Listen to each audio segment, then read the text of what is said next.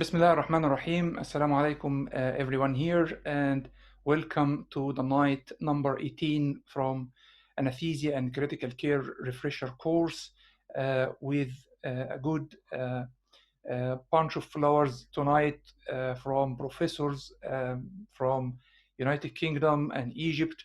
The session tonight will be led by Professor Samir Al-Ansari. We have the first lecture, pediatric anesthesia, and the second lecture is a critical care as usual. I would like just to announce before we start the critical care ultrasound updates conference is starting registration on 20 of October for 10 days as an early bird with 50% cut off of the fees of the course, and then full fees applies from the 1st of November. So please stay tuned and visit the website savinglivesacademy.com to get the updates all the time about the new courses and conferences. Thanks very much. Prof. Samir Al-Ansari, you can start the session. Please go ahead. You have the mic. Bismillah ar-Rahman ar-Rahim. Good evening, my colleague. Good evening, our attendees. Today, I think we are lucky because we are going to share two global famous stars from two global cities. They are Egyptian, one from London and one from Cairo. We have two eminent professors, professional in their career, and they will share us their experience in obstetric emergency and also for pediatric airway management. The first speaker will be Professor Mu'taz Abdurrahman, Professor of Anesthesia and consultant of anesthesia for pediatric and adult in Manchester Hospitals University. And we hope to enjoy with him, and please share me welcoming him. Mike, with you, Prof. Mu'taz.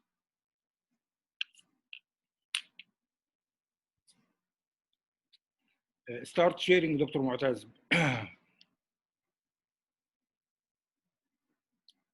Bismillah ar-Rahman ar-Rahim. It gives me great pleasure and gratitude to be on this course, actually. And I'd like to thank the organizers for the real huge effort to get this out the way it is. Today, we're going to talk about anesthesia for airway surgery in children. When we talk about anesthesia for airway surgery for children, there are quite a few things which we need to really know about. Equipment, techniques, tubeless airway, and we're going to describe what that means. The anesthesia itself, what problems you can get with it, the advantages and disadvantages of particular techniques. Surgical procedures on the larynx and the trachea in infants and children really present special problems. You've got a really very narrow anatomical field.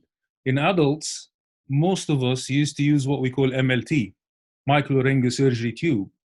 And if you use a tube 5 in an adult, you still got big room for the surgeon, the ENT surgeon, or the airway surgeon to go around and do their work. And if you use a size 4 or 5 in an infant, you haven't got much of room. So you'd be looking for tubeless field. The anatomy is very narrow. All the larynx, the trachea, as you know, even the bronchi, fairly narrow. And if you've got a pathological change, that will even make it smaller and narrower. So the concept of shared airway, very important two things to remember. What you need at any cost all the time is to provide adequate oxygenation for this child. So that's number one. To be able to achieve this, I think cooperation is very important between yourself and the surgeon. So what are the requirements for the pediatric airway surgery? You need special equipment. Whoever embarks in doing airway surgery in children need to have sound knowledge of the airway in terms of anatomy, physiology, and pathology. You need to do this in a decent setup. We call it tertiary fare. It needs to be a big hospital with all the resources and the backup to do children and to work on the airway. And you need to have excellent communication between the anesthetic team and the surgical teams. And I'm not saying just the anesthetist and the surgeon. Anesthetist and their team, surgery and their team. They need to be in close contact.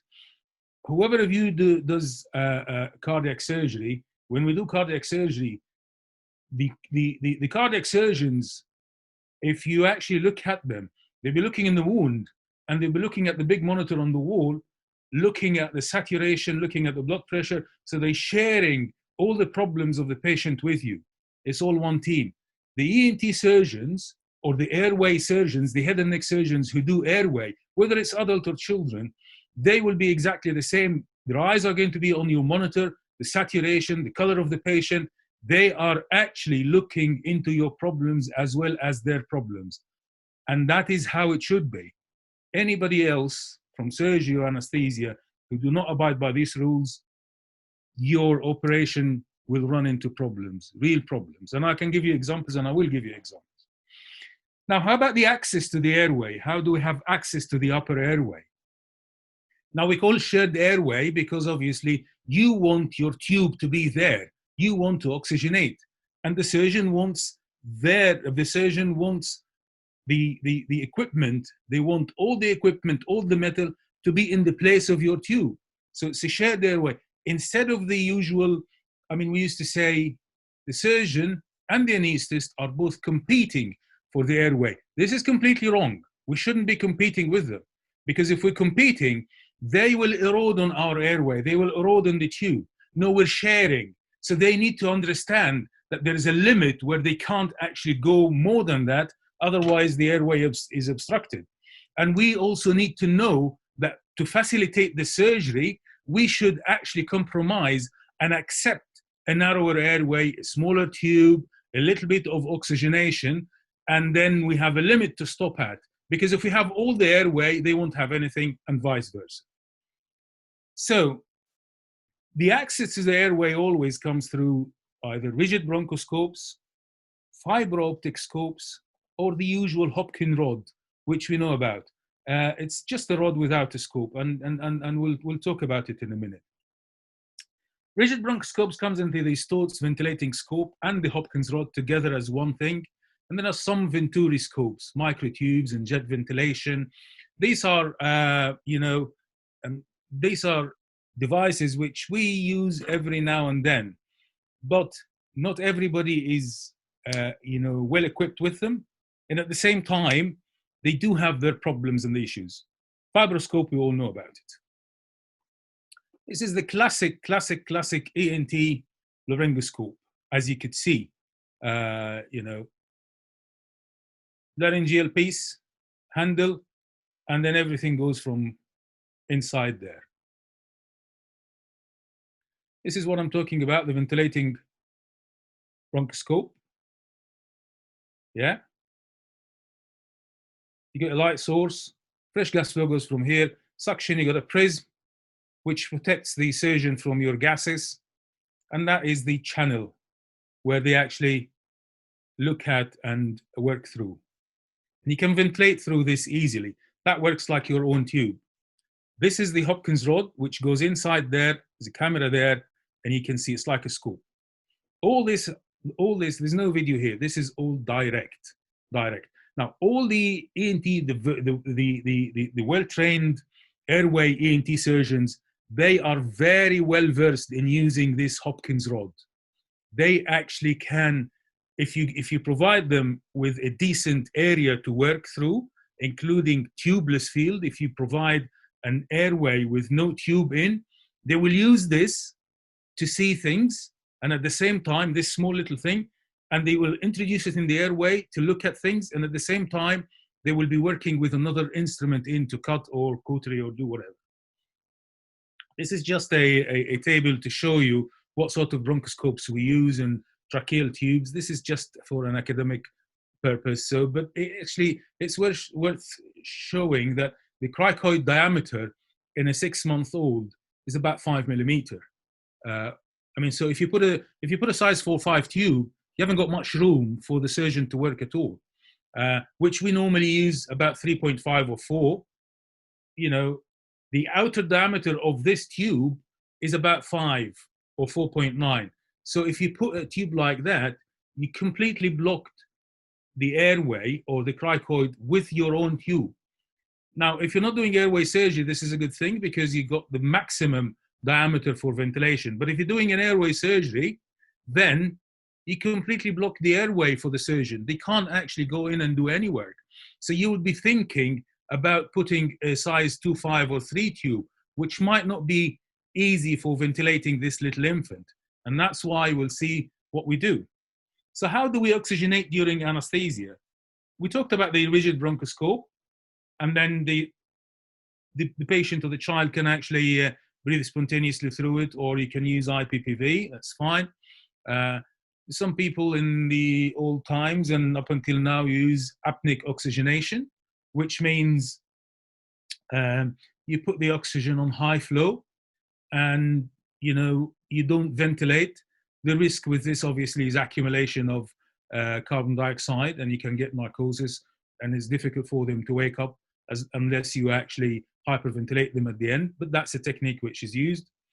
Jet ventilation is another technique which I'm sure most of us would have used during their career, either supraglottic or subglottic.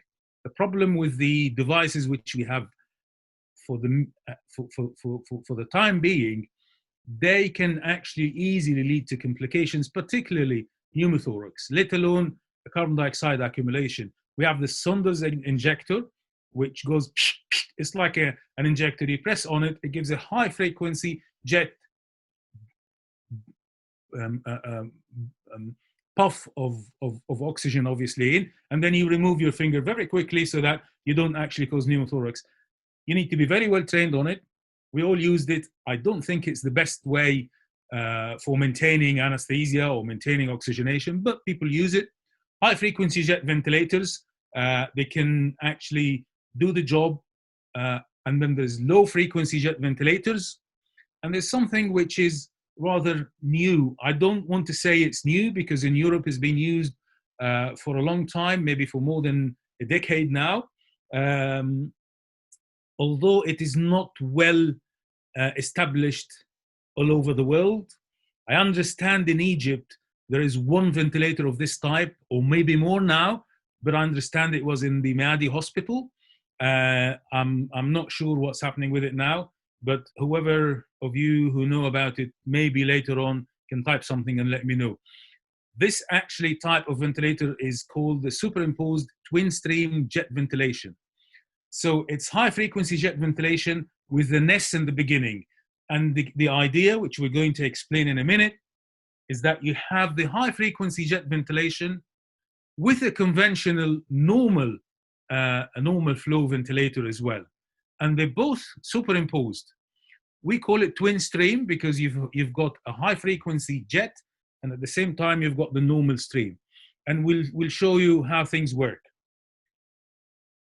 All this, we're trying to aim for either a very small tube or a catheter to be put in the airway, or a tubeless field. And this is what I prefer, and this is what I do, and most of my colleagues in our hospital go for what we call tubeless field. Tubeless field could be achieved with the superimposed twin stream jet ventilator, or could be achieved with a nasopharyngeal airway. So you put a small tube, a small endotracheal tube, the usual endotracheal tube, but you actually pass it through the nose and stop in the nasopharynx.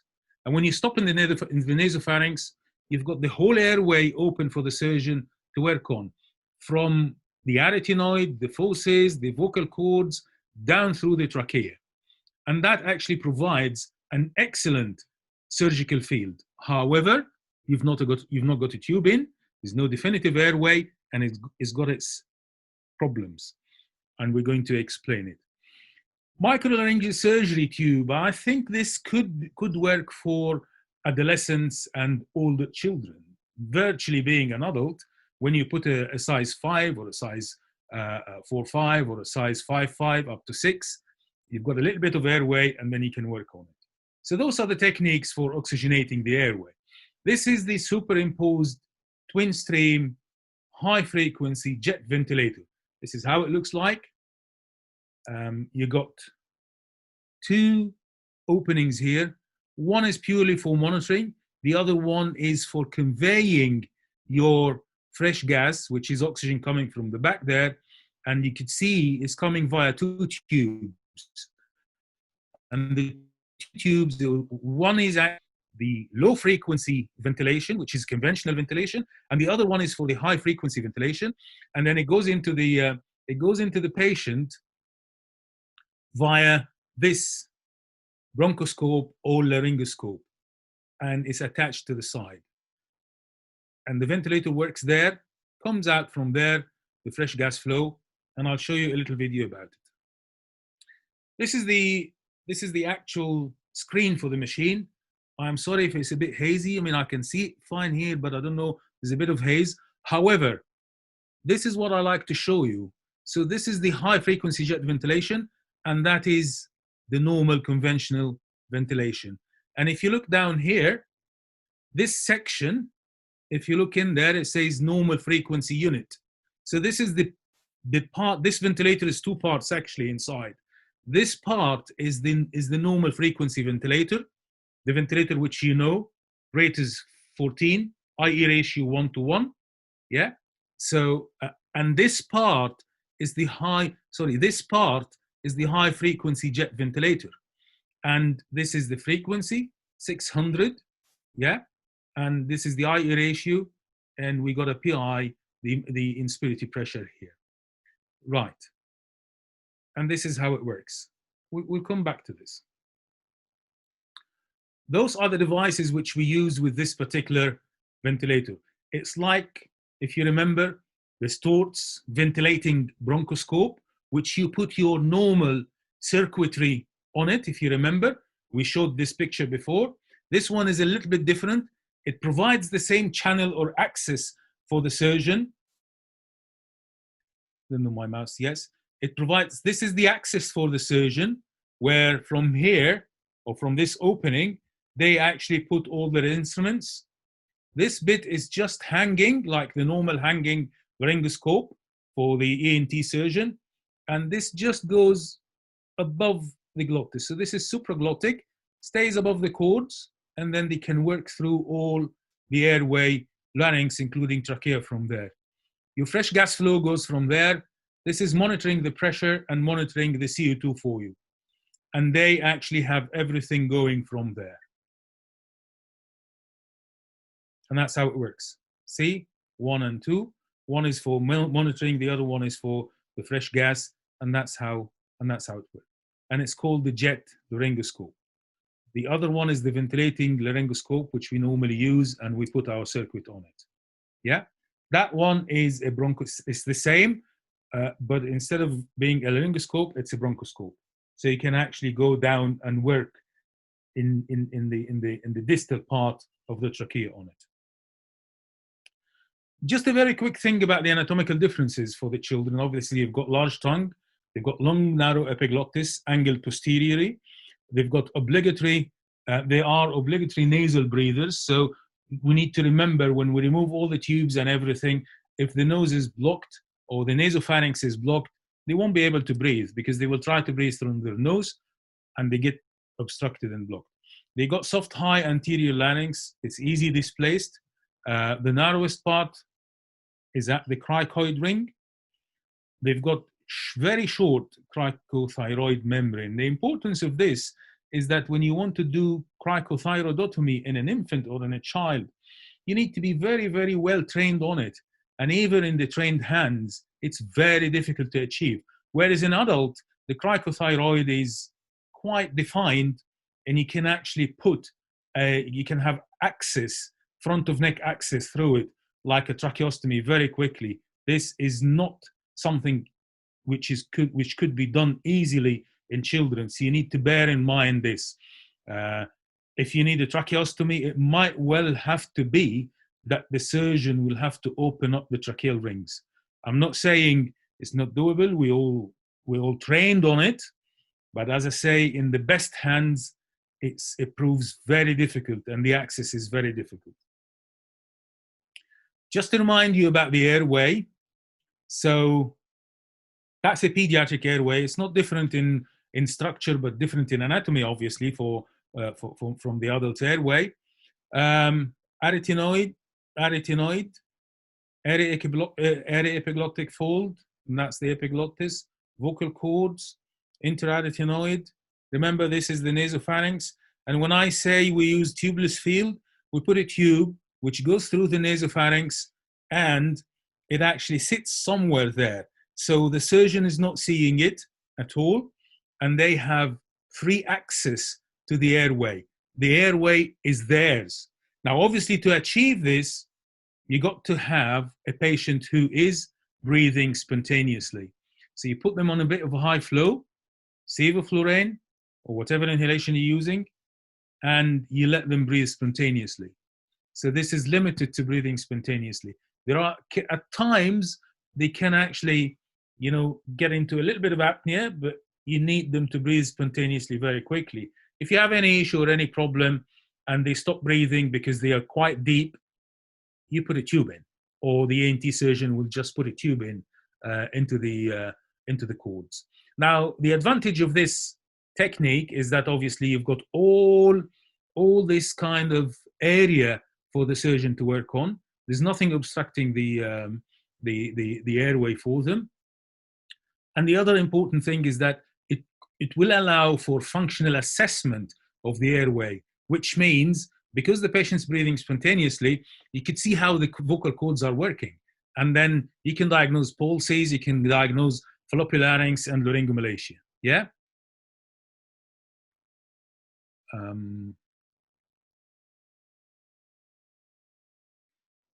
So this is just to show you that is the surgeon now accessing the airway with their scope. This scope is open. If they want to actually get anything inside there, they will actually get it. Any instrument beside the scope will go in and open. Obviously, there's some abnormality here, which we're going to discuss later on. And then this is all the trachea, as you can see. We're going into the trachea. It opens up again, and we're going into the carina. Yeah? This is just to show you the anatomy. A bit about the airway physiology. I'm not going to dwell a lot on it. All children and infants are very, very prone to hypoxia and hypoxemia because they've got fixed tidal volume. The diaphragm, they breathe through the diaphragm more than the accessory muscles. They've got fewer type 1 muscle fibers, so they've got easy fatigability and they fatigue very early. They have got a functional residual capacity which is less at times than the closing capacity. So you're talking about collapsed airway to start with. They've got a higher metabolic rate and metabolic requirement. So you're faced with hypoxemia before you do anything. So any technique which involves breathing spontaneously, you need to bear in mind all these things which are against you. You got to understand as well that infants less than 60 weeks post-conceptional age, they're all prone to apnea, particularly after anesthesia. So that's another thing which you need to bear in mind, that might have to spend the time in the hospital, even for a very simple, straightforward procedure of, aryepiglotectomies. They are very, very quick snips on both sides. If the child is less than 60 weeks post-gestational age, they probably will have to spend the night in the hospital. They can't go back on a day case. That's another difficulty. What procedures do we do on the airway? We do diagnostic procedures or therapeutic procedures. The diagnostic or the conditions which we diagnose is laryngomalacia, laryngotracheobronchomalacia, vocal cord dysfunction and pulses, narrowing and stenotic lesions, glottic, subglottic, and tracheal. Tracheoesophageal fistulas. We always, before embarking on doing the tracheoesophageal fistula repair, the surgeons with the ENT surgeons, head and neck surgeons, and the general surgeons would want to know how this fistula looks like with the scope and the level of it and where it is. So that is a very important thing to do before the operation itself. Children have got lots and lots of, leeway to have cysts on the vocal cords, clefts on the larynx, webs, tumors, particularly papilloma, and if they got viral infection, we do have lots of children who are regular attenders.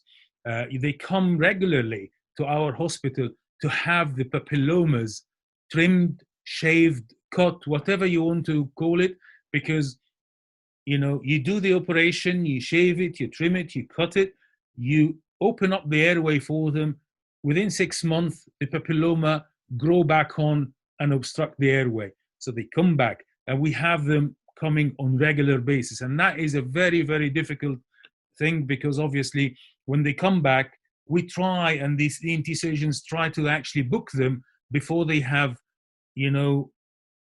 more than or near 50% obstruction of the airway. We don't want that. We try to get them earlier. Some of them, the growth is rapid and they come in stridor. And that actually, we're faced with this. You're working on a blocked airway to start with, and you want a tubeless field. You cannot tube them. You cannot put anything in. You have to work on a tubeless field in the first instance, at least in the first 5-10 minutes, for the surgeon to go with a trimmer or an ultrasound or whatever and shave them quickly. And then afterwards, you might want to put a tube in. And then we have other sorts of inflammatory lesions. So, what do we think this is? Anybody wants to guess? You can write it in the on the side if you want. This is what we call flipper larynx or floppy larynx, which is basically laryngomalacia. It's quite common in infants. As you could see, this causes stridor. And they come with stridor, and they desaturate, and they could be going down to 80s or whatever, and they need oxygen, obviously, until these bits are trimmed. And sometimes they cut the area epiglottic folds here to open up the larynx on both sides. Again, you need a tubeless field for this. Right? Cyst, yeah, subglottic cyst. That's before the surgical treatment. This is a laryngeal cleft, yeah. So what therapeutic procedures do we do? Excision of lesions goes without saying. Sometimes we use the laser instead of a shaver or instead of cutting because of the hemodynamic stability and less bleeding. And also sometimes, when you treat a lesion with laser, it less likely would come back. And if it comes back, it will take longer time. Dividing webs, removing foreign bodies, stents for stenotic lesions, particularly in the trachea, and correcting of clefts. We've seen a cleft in the larynx, we just collect it. The common conditions are laryngomalacia, subglottic cysts, respiratory papillomatosis, subglottic hemangiomas, tracheomalacia, subglottic stenosis, and laryngeal clefts. How do we do the anesthetic? Remember the word tubeless field. And I think the two ways now, or at least what we use for tubeless field, is like I described, a nasopharyngeal tube going into the nasopharynx, yeah, and the child is breathing spontaneously. The other way of doing it is using the superimposed twin stream jet ventilator. That way, you will have a tubeless field, but within this tubeless field, you do not really need to have the patient breathing spontaneously, because the ventilator, the jet ventilator, is already oxygenating the patient. The superimposed part, which is the normal frequency ventilator, is ventilating. So one is actually oxygenating, which is the high frequency. The other one is ventilating for you to minimize the carbon dioxide retention. And in fact, it does not retain carbon dioxide with this technique because you're actually conventionally ventilating at the same time as the oxygenation. And you've seen it goes through the scope for the surgeon. And that's the other way of actually having a tubeless field, albeit with a patient ventilated. And that way you can use a muscle relaxant and you can actually stay longer that way. Right. Anesthesia. Obviously, it goes without saying, preoperative assessment, and then anesthetic room preparation, monitoring, induction, maintenance, analgesia, and post-anesthesia care. Now, the pre-anesthetic assessment, you need to know the age of birth. It's very important because we know about the apnea, we just mentioned it, post-conceptional age. You need to know if the child has had IPPV for a long time or they've been ventilated for some time, because that means it will lead to what we call chronic lung disease and bronchopulmonary dysplasia. If an infant presents to you with already a background of bronchopulmonary dysplasia, these children are exactly like the adult who's got severe COPD. So these children do not have any reserve intraoperatively or postoperatively, and the technique of tubeless field breathing spontaneously might prove very difficult for a child with chronic lung disease. Obviously, chronic lung disease comes in kind of, it's a scope of severity. The severe ones, they'll be difficult. You have to have a tube in. The mild to moderate one, you might get away with breathing spontaneously tubeless field. But the chronic lung disease is a very important thing to actually elicit before surgery. And if you know that the infant has got this, then you need to be careful with your anesthetic in terms of the tubeless field. Breathing spontaneously, you need to know that you're going to intubate, and maybe you will need critical care post-operatively. So the airway manifestations preoperatively are very important to give you an idea of how severe the airway is obstructed. You look at the previous anesthetic charts, you look at how the airway was like. You got to clear the cervical spine, because obviously if you use rigid bronchoscope, you need to make sure that this infant or child can actually move the neck easily and extend. And then you think about pre-medication. For this technique, we don't tend to pre-medicate because we want them to breathe spontaneously and wake up decently at the end. The airway manifestations, if you've got any upper airway obstruction, it could be partial or complete. Partial, what we call monophasic or biphasic stridor. If they're complete, they will be intubated and coming from the intensive care. You look at the oxygen saturation, obviously, and you just, I mean, the rest of the clinical would be cough and wheeze. Most of these children would be coughing, actually, and will have wheeze. And you can't actually cancel them and you can't postpone them. There's a room of, you know, a day or two, and maybe put them on some steroids if possible. But you're talking about airway obstruction, albeit it's actually not complete, it's partial obstruction, but you can't go and tell the surgeon or tell the parents, well, actually, we need them to come back after the wheeze and the cough is stopped in 2 weeks' time. It's not going to work. So unfortunately, we do anesthetize them with cough and wheeze, and we do nebulize them as well, adrenaline and bronchodilators if needed. You need an experienced assistant. There's no way about that. And you need to think about what equipment you're going to use for your airway. Now, I'm not going to actually stay long on this because most of that you probably know. Now, the technique of anesthesia in any difficult airway or anything like that, we always prefer to have an inhalational technique. Inhalation induction followed by maintenance of sevoflurane. That will get you out of any problems. However, some colleagues use total intravenous anesthesia with spontaneous breathing. It is not an easy technique because you're giving them propofol and remifentanil or whatever you're going to use in combination, completely, totally intravenous. The good thing about it is that you're not depending on their breathing to actually convey the anesthetic. However, if you cannot titrate it adequately, they will stop breathing very easily. Yeah. But some colleagues use total intravenous anesthesia with propofol infusion and remifentanil. I tend to like the hybrid technique. I tend to like the inhalational technique with boluses of propofol when needed to deepen the anesthetic.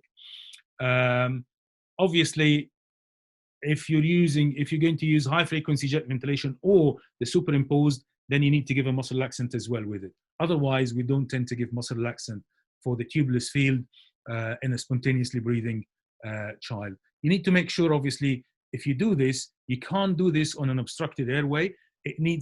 I mean fully obstructed airway, because, I mean, partial obstruction, yes. Severely obstructed airway and you're trying to use a tubeless field is going to be very difficult. Maybe you can use the superimposed ventilator.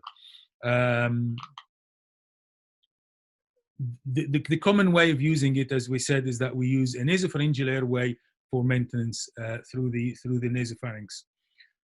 Induction makes no difference. You can actually start intravenously and carry on with your sevoflurane. You can actually induce them with sevoflurane and carry on with sevoflurane. Isoflurane, you can't induce with isoflurane. It's difficult. Desflurane, you definitely don't want to use desflurane for induction of anesthesia. It causes irritation to the airway and they will cough quite badly. So some people might start with sevoflurane and carry on with isoflurane, sorry. I think the best thing is to use isoflurane from the beginning till the end, if you can afford to do that. And then you maintain spontaneous breathing. Every now and then you can put CPAP. And if there's any problem, the surgery stops and they put a tube in. Even in the middle of the surgery, because you know, there will be some bleeding, they do some suction, put some adrenaline pats on it, and then intubate in the middle. Now, it goes without saying, once you put them off to sleep, the most important bit here or part here is that you have to anesthetize the airway. And anesthesia to the airway, basically spray of lignocaine.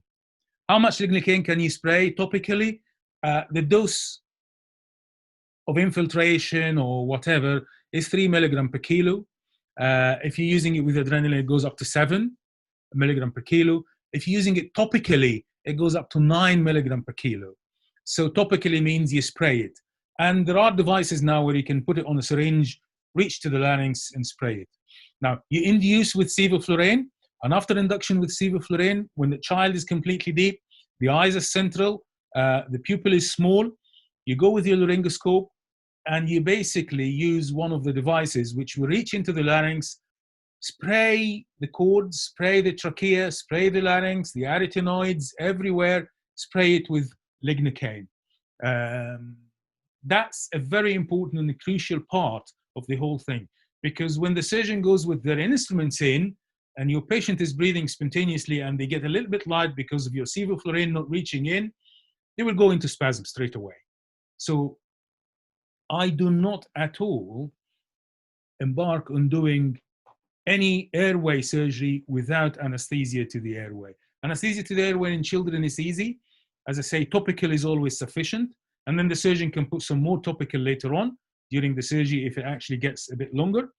You can do superior laryngeal nerve block. You can actually go into the cricoid membrane and inject lignocaine. They will cough. It will actually anesthetize the airway from up and below. But the topical spray of lignocaine is always sufficient and it works very well.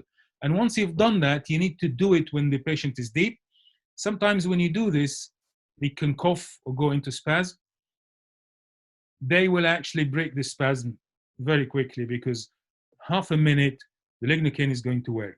But it is actually prudent not to touch the airway until they are deep with your sevoflurane.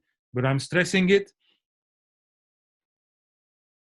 Airway surgery without local anesthesia to the airway will make it very difficult, and you'll definitely run into problems. Right. Don't think we'll be able to see that, but if you have a look in there, that's our tube there. It's not in the larynx, it's not in the trachea, it's in the nearly in the nasopharynx, and the child will be breathing spontaneously on that. Yeah? So let's say if that's, can you see this? What do you think this is? You can put it in the chat. That's functional diagnosis of a condition. It's vocal cord palsy. Yeah? Yeah?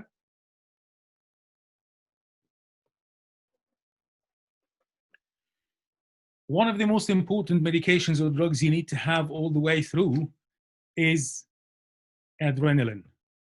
Now, obviously, these are the, the kit you want to have all this.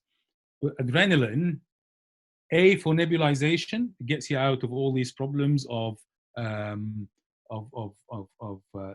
At the same time as well, you need to make sure that the surgeon, whilst they're actually working, yes, unilateral vocal cord palsy, that's perfect. Well done. It's recurrent nerve injury. Yes, I like all the, yeah, that's excellent. All the answers, I've just seen them now. Right. Topical, we ask the surgeons to put adrenaline patties all the way through. A, it reduces bleeding, which is very good for us. B, it reduces edema, so post-operative airway edema and stridor. And C, it actually, when you work on the vascularity of the mucosa, it reduces all this vascularity during surgery and less inflammation later on. Needless to say that you have to give them steroid, dexamethasone, bolus of propofol, as I said, as hybrid techniques in the hybrid technique. Right. What problems can happen? You're working in a degree of obstruction to start with. If they go too deep, they apneic, you lose the airway, they desaturate. If they go light, they cough, they get airway obstruction, they go into laryngospasm and they desaturate. And you have inadequate carbon dioxide monitoring because you can't, monitor the carbon dioxide. Now, it goes without saying, again, it's a technique. You don't want them very deep, although if they go very deep, they will stop breathing.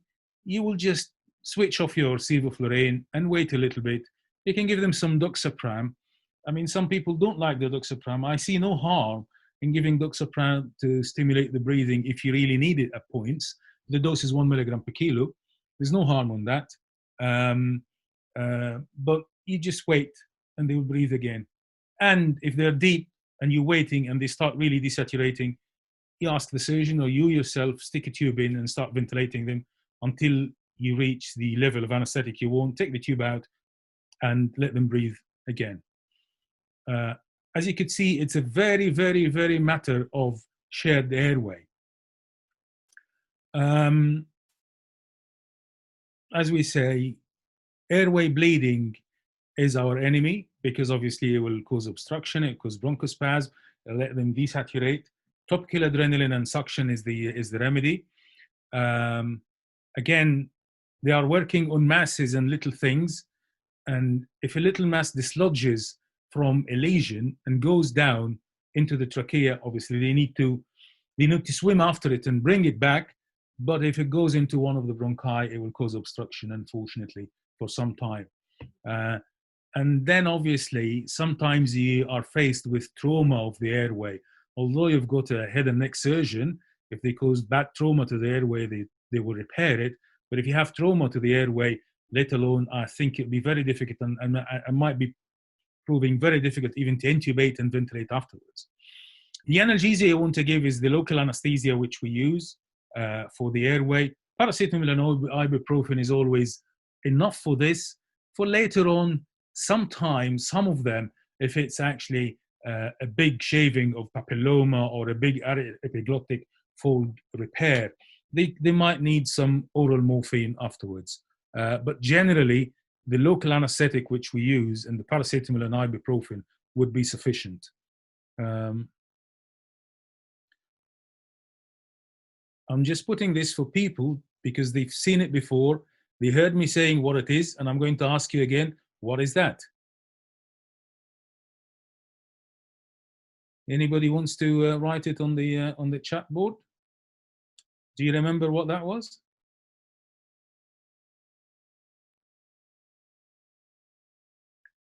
Right. Okay. Laryngomalacia, excellent. Yes, yes. It is laryngomalacia. It's floppy larynx. Yes, it's floppy larynx. That's exactly what we call it. And sometimes we call it flipper larynx. Yes, exactly. Thank you. Well done. Right. Okay. That's just to show you how we actually do laser surgery on an airway, which is, could you see something here? The child is actually not breathing. Yeah? It's too deep. And that's what I'm talking about. The child is not breathing. I'll play it again. Have a look.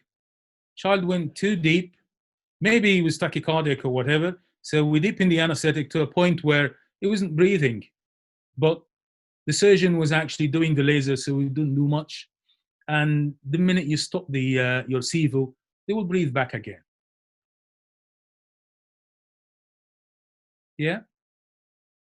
That's the laser probe here. You see it? Our tube is somewhere quite far away. That's why we don't need to use laser tubes or wrap it with anything. It's quite far away from the laser. It's actually tucked in the tissues, so it's not exposed. So you're not risking any burning here. Right? Okay, let's see if that video plays.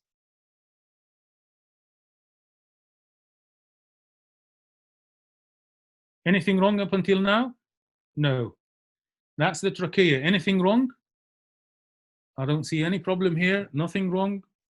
Nothing wrong. Could you see this? What is that?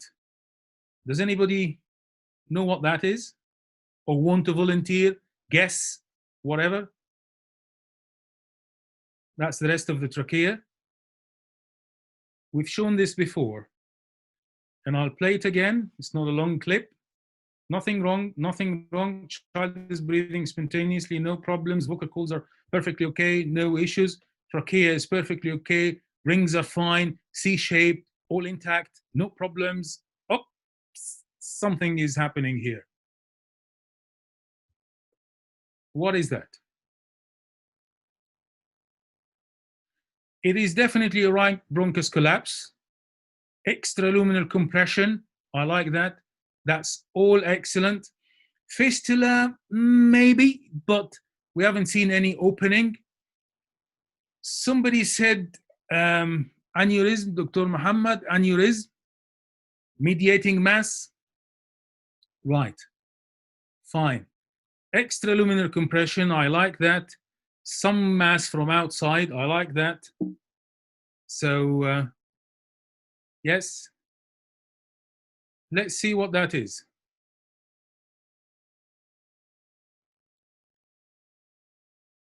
That's a CT of the heart. And nowadays, the CT of the heart, you do this, and they can actually digitally subtract everything but the vessels of the heart. It's, I'm sure we have it everywhere now. It's a good technology. And so why did I put this on? Somebody said aneurysm, and I like that. So it's a vascular ring, actually. And it's part of the, it's double aortic arch. If we have a look there, and a little bit on it, and it's actually pressing on the trachea. Yeah? And that's what we call vascular ring. So it is extraluminal compression. It's a vascular ring. It's difficult to manage because you don't want to play with the vessels. Yeah? But sometimes we do what we call either aortopexy, cardiac surgery, you know, and get it fixed. So it stays away from the bronchus and it stays away from the proximal part of the trachea. Or we actually fix the trachea itself. But this child went for aortopexy. So post-anesthesia, you actually want at all costs to avoid airway edema, but it's complication. You can't stop it. Your dexamethasone is going to help. Your adrenal empathy, which the surgeon has used, is going to help. in recovery, you got to be ready with your racemic adrenaline, and if you don't have racemic adrenaline, any adrenaline, even out of the ampoule, and nebulize it. Nebulized adrenaline works very, very well for post-operative airway edema in recovery, in early recovery and later on. Airway bleeding, I mean, if it's quite bad bleeding, they have to go back to theater. If it's not, then again, adrenaline nebulization will help. So post-anesthesia, obviously, put them in the recovery position, adequate time in recovery, anesthetic and surgical teams available all the way through to make sure that early recovery is not complicated by any of these issues. What are the issues? Desaturation, stridor, obstruction, and apnea.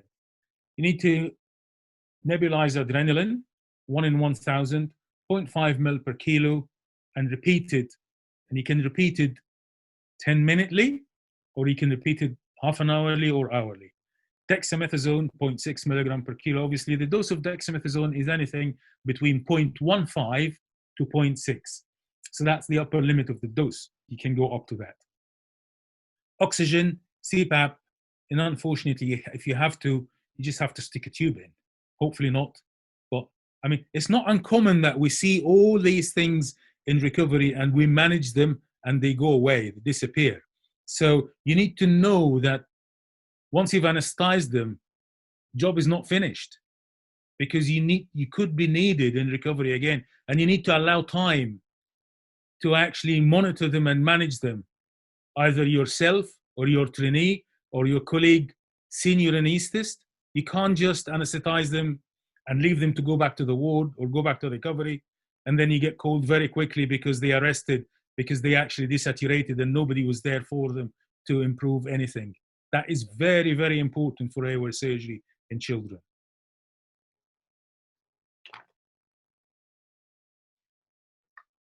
Oh, I'm sorry, I'll be completely unhappy if that doesn't work. I hope this works. Right. That's again to show you that this is the tubeless field we use with a little nasopharyngeal tube in the back here, down there.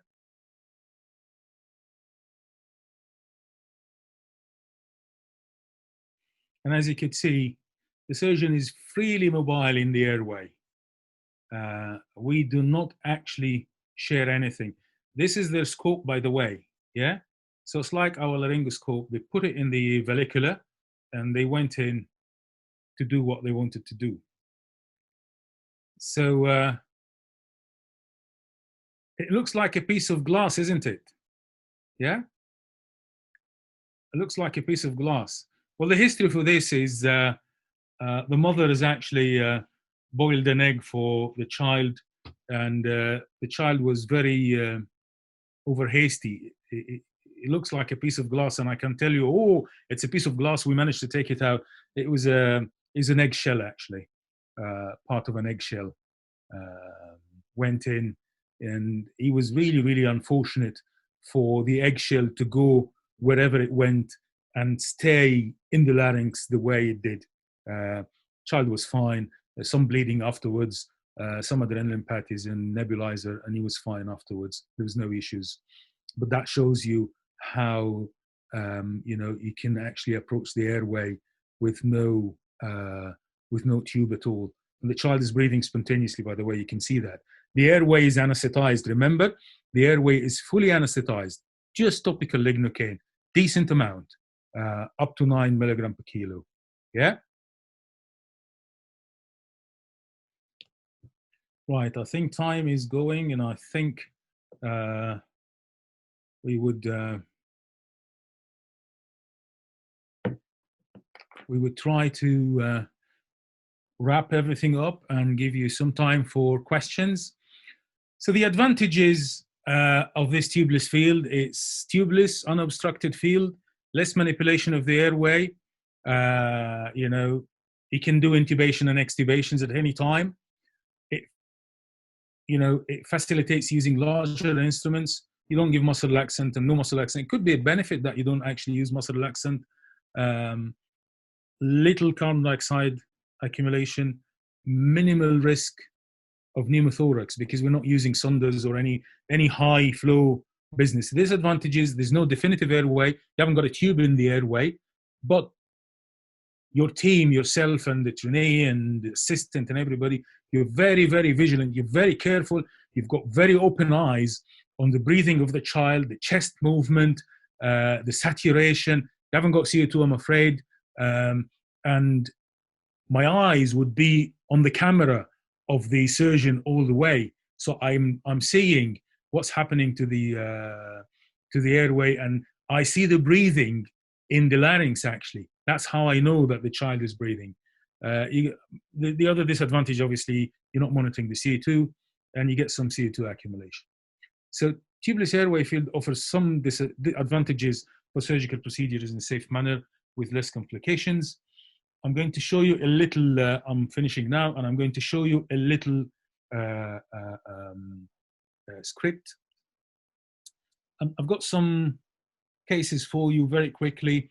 A 12-month-old, 4-kilogram child born at 28 weeks, presented with worsening biphasic stridor and upper airway obstruction causing respiratory distress and feeding difficulties. He last had breast milk 3 hours ago. What do you think?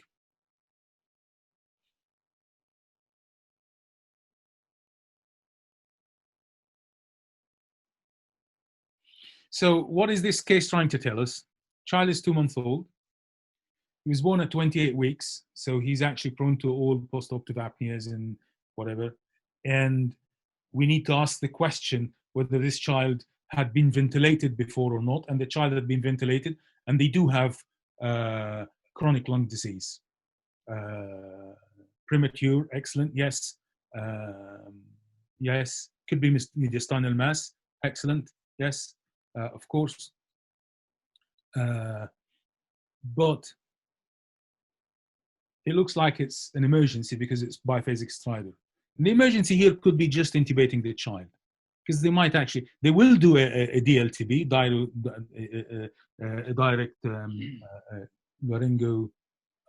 laryngoscope, but it could be that we need to make sure that we've got ICU and we just intubate the child or the baby. Right, another one, what I'm going to do is here, try to find a quick clip for, which will take 2-3 minutes for the twin stream, and then what we'll do is finish with this and then take any questions, if any, and see. Okay, anesthesia, twin stream. Right, okay. If I can get this, we can actually start question and answers now.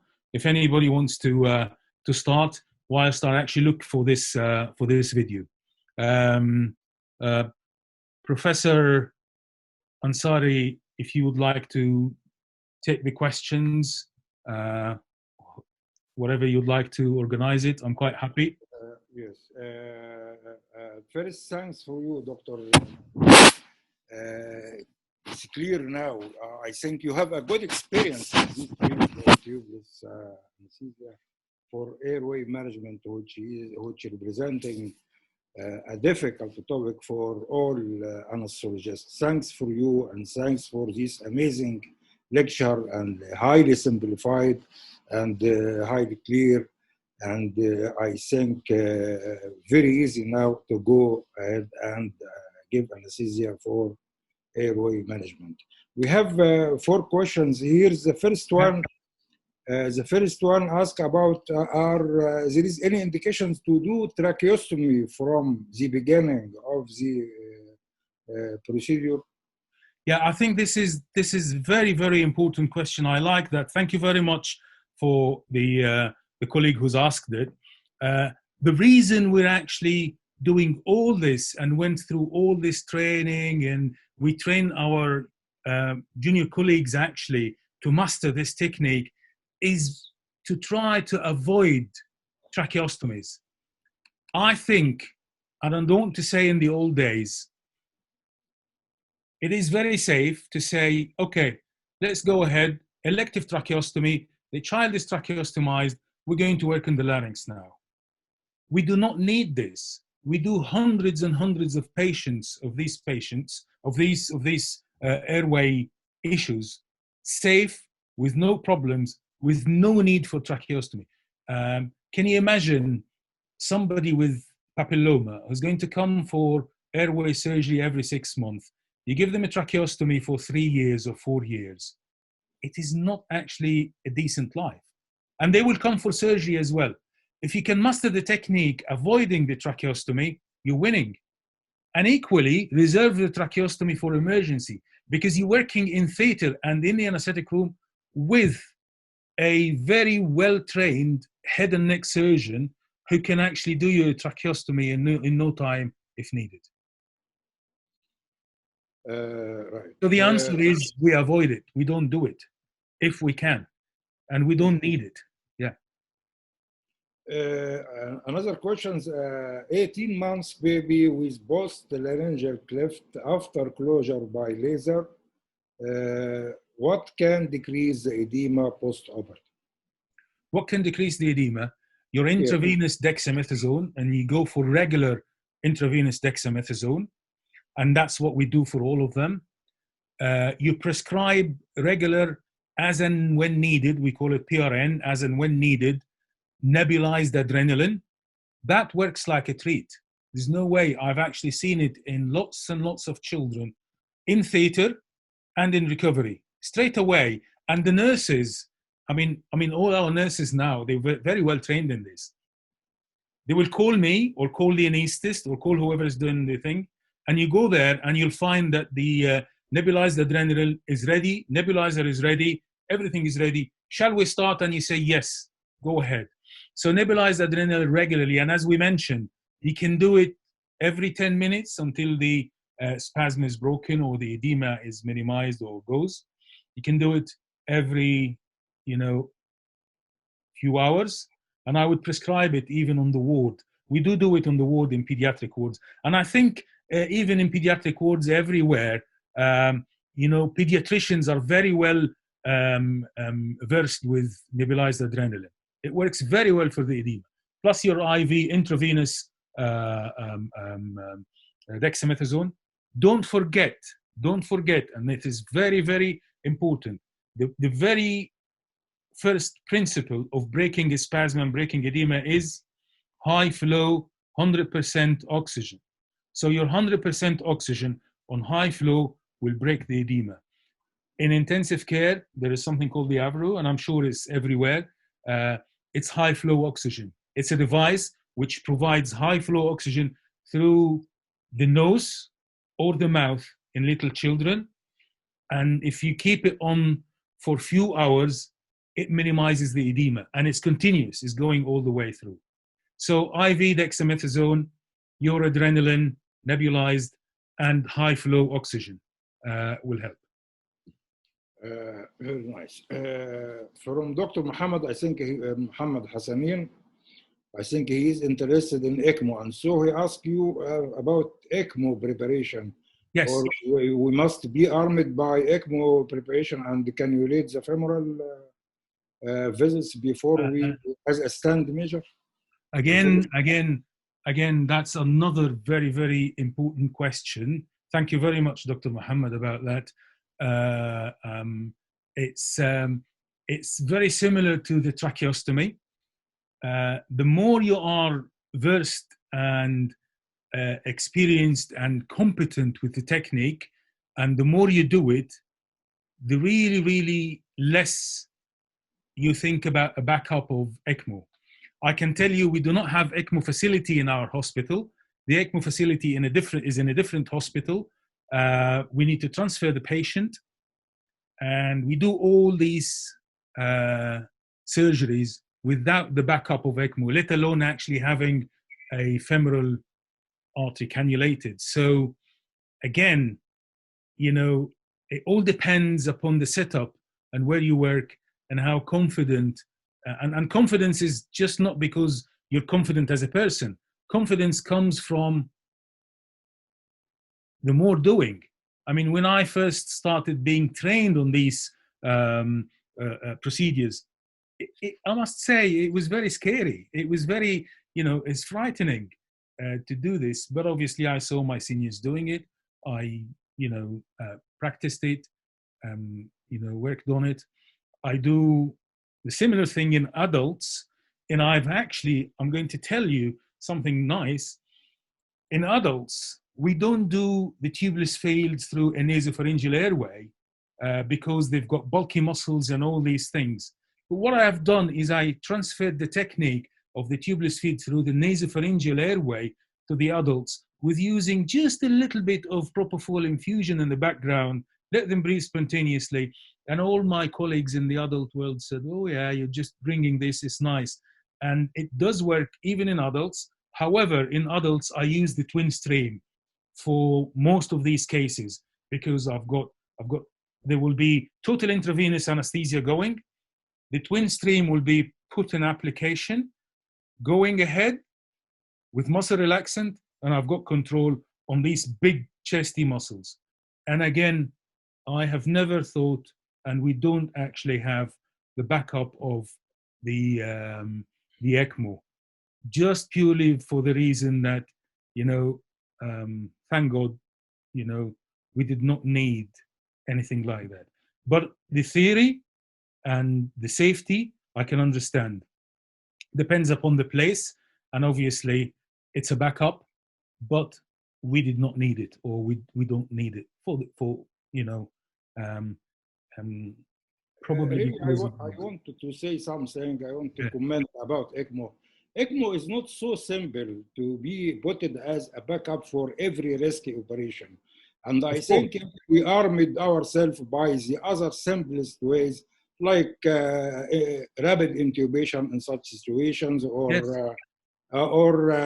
conventional ventilation with high frequency superimposed, I think all these more simple than simple maneuver for management of such emergency than ECMO. And if anyone have experience with ECMO, really it is a highly risky technique, and they need special preparation and special, if you imagine how much anticoagulant you give to the patient and what is the incidence of bleeding incidence and coagulopathy following ECMO, I think this we will not reach to the point to be ECMO as a simple maneuver to be, we have to arm ourselves with it for every rescue operation.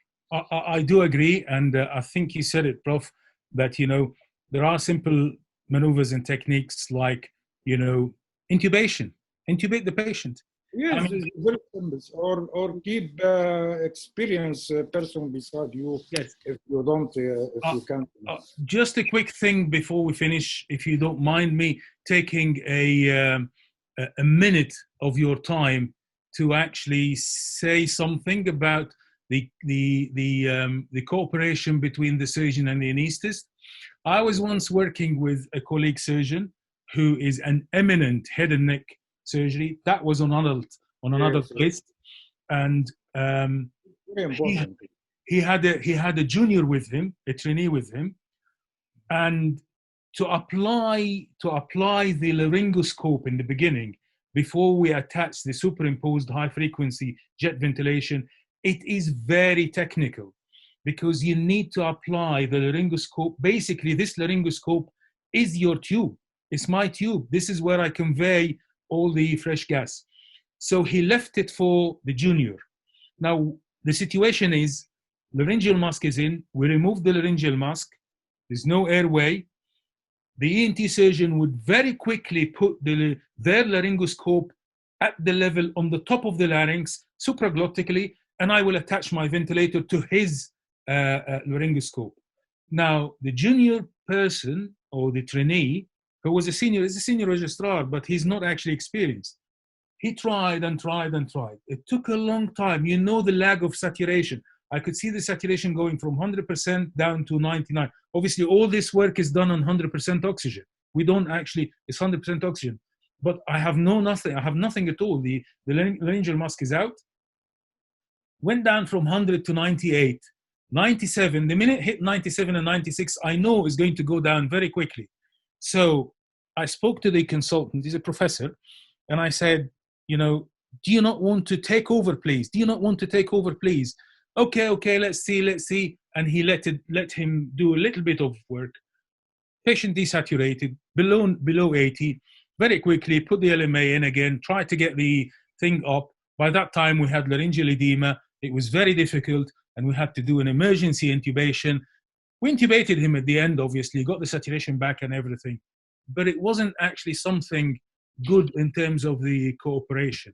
And these things do happen. Now, if we intubated him earlier, we wouldn't have run into this desaturation. And that shows you, sometimes people are a little bit stubborn, and sometimes there's no room for, just give me another minute in airway. No, if you feel that this is not right, out, put a tube in. And that's how it works. Thank you very much for all. Another question. Yeah, go on. Yes, another question, Dr. Mu'taz. What is the dose of adrenaline used for nebulization, and what is the maximum dose for topical adrenaline? Right, I'll go back and I'll try to get you the adrenaline. So, and other questions is NPO is must be in all patients, in all ER patients. Must be what? NPO. Yes. Nothing per mouse. NPO must be in all patients, all ER patients. What does it mean in all patients? For every you have to apply NPO for all ER patients, emergency patients. Nasopharyngeal airway. NPO before starting. Nothing per mouse. No feeding before fasting. Oh, nil by mouth, fasting. Oh, yes, of course. I mean, all these have to be, all these children have to be fasting, obviously. If they're not fasting, this technique is very difficult. Now, if it's an emergency... Yes, I want to ask you also about the incidence of post-operative gastric complication, specifically in high frequency on top of conventional ventilation. You have reported any problems post-op? No, not at all. I tell you why. Because, yeah, I tell you why. Because I'm actually ventilating into the bronchoscope, the laryngoscope of the surgeon, which is going at the top of the larynx all the way. So there could be some the high frequency jet ventilation. When I went for training on it in Vienna, there's a company actually which produces it, and I went for 2-day training there, workshop, and went to hospitals there, and the setup actually in Austria for medicine is quite good, and they're very relaxed about things there. We went to the workshop for the. Can you see my screen? Am I still sharing the screen, by the way? I'm afraid not. Okay, it's just to show the dose for the adrenaline. Can I share it, if possible? Please go ahead. Yeah, where is that? I don't know if I've got the thing there. Oh right, I'm sorry. Looks like I've lost something here. Another question till you find the dose. Yeah. It is safe always to, in case of stridor, or to avoid stridor, or to intubate the patient overnight if the patient suffering from stridor or something like this. Yes, that's one of the solutions we talked about. One of the solutions is, we just intubate the patient and leave them in the intensive care until everything subsides, and then they come back for definitive surgery. Yes, of course, indeed. So that's the dose, adrenaline nebulized, 1 in 1,000, 0.5 ml per kilogram of the 1 in 1,000. You can work out the dose. 1 in 1,000 is basically it's 1 gram in 1,000, so it's 1 milligram in a ml. So it's actually 0.5 of a milligram per kilo, and you can repeat it. Yeah. It's a big dose, but it's just nebulized. Half of it goes in the air. Yeah. There was another question I can't remember about it. So that's the adrenaline one. I hope you can see the green. Can you see the green block on the right side? It's got the adrenaline thing. Let me have a look again. Right. End show. Right. Okay. We can see it. Yeah. Can you see it now? Yes. Yes. Yeah. Clear now. Yeah. One in 1,000 is 1 milligram in 1,000 mil. So it's it's 1 gram in 1,000 mil. So it's 1 milligram. 1 milligram in 1 mil. So it's 0.5 of a milligram, you know, in whatever it. We diluted in 5 mil at the end of the whole thing. 5 mil saline. So you put this dose in 5 mil saline, yeah, and then you nebulize it with oxygen. I'm sure we've got nebulizers obviously everywhere. Yeah, that's fine. I will actually have a look at the video for the superimposed twin stream, and I will get it at some point. I'm very conscious about the time, and I would like to let my colleague, Professor Alpha. Dr. Walid, we can show this video? Or later on, we can show it once I get it. After finishing the second lecture? Dr. Mu'taz can send me and I can attach it to the video recording. Yeah, so you can. It's nice for people to see it. If we have time, it's nice for people to see it so that they can comment and ask questions if we have the time. If not, then I'll just send it and that's it. Yeah, no problems. Thank you very much, Dr. Samir. مساء الخير. السلام عليكم ورحمة الله وبركاته. It's very, very, very honored to be with you today or this night. I hope you are still fresh and awake. I think all of us got a lot of enjoyment with the last hour with Dr. Mu'taz's presentation. He was highlighting a very unique patient with a very challenging setting. Really, it's very, very, very interesting and enjoying. This night, the next hour, I hope not to be too late, we will highlight one of the very important topics in our practice, which is emergency obstetric situation that indicates ICU admission for obstetric patients. Is this okay, Dr. Walid? I am sharing my screen. It's okay? All good. All good. We can see your screen. Okay. Yeah. Thank you very much. What we will, as Dr. Mu'taz told us the last hour about a challenge in anesthesia of a special character patient in a special challenging settings. Today we will look for the mothers. We will highlight the most important points because actually most of the ICU topics are very wide to be covered in a lecture or a session. So we are actually highlighting the most important points, hoping to go more and more in depth for these topics. What the scale of our problem, how frequent we are facing this problem, and what's unique for our patients, what's unique for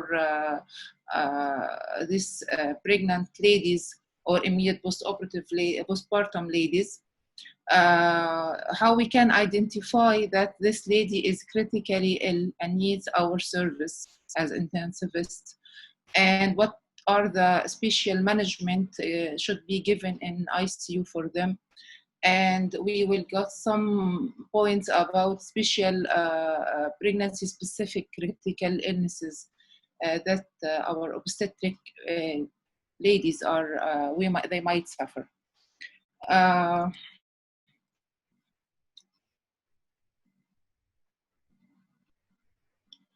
Let us go to overview for this one.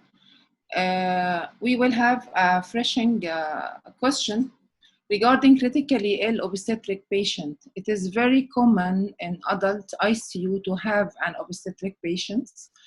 We are seeing them commonly, or the maternal mortality rate is higher if ICU admission is needed.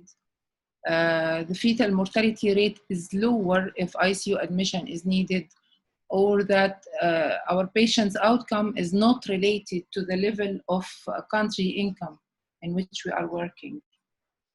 What do you think?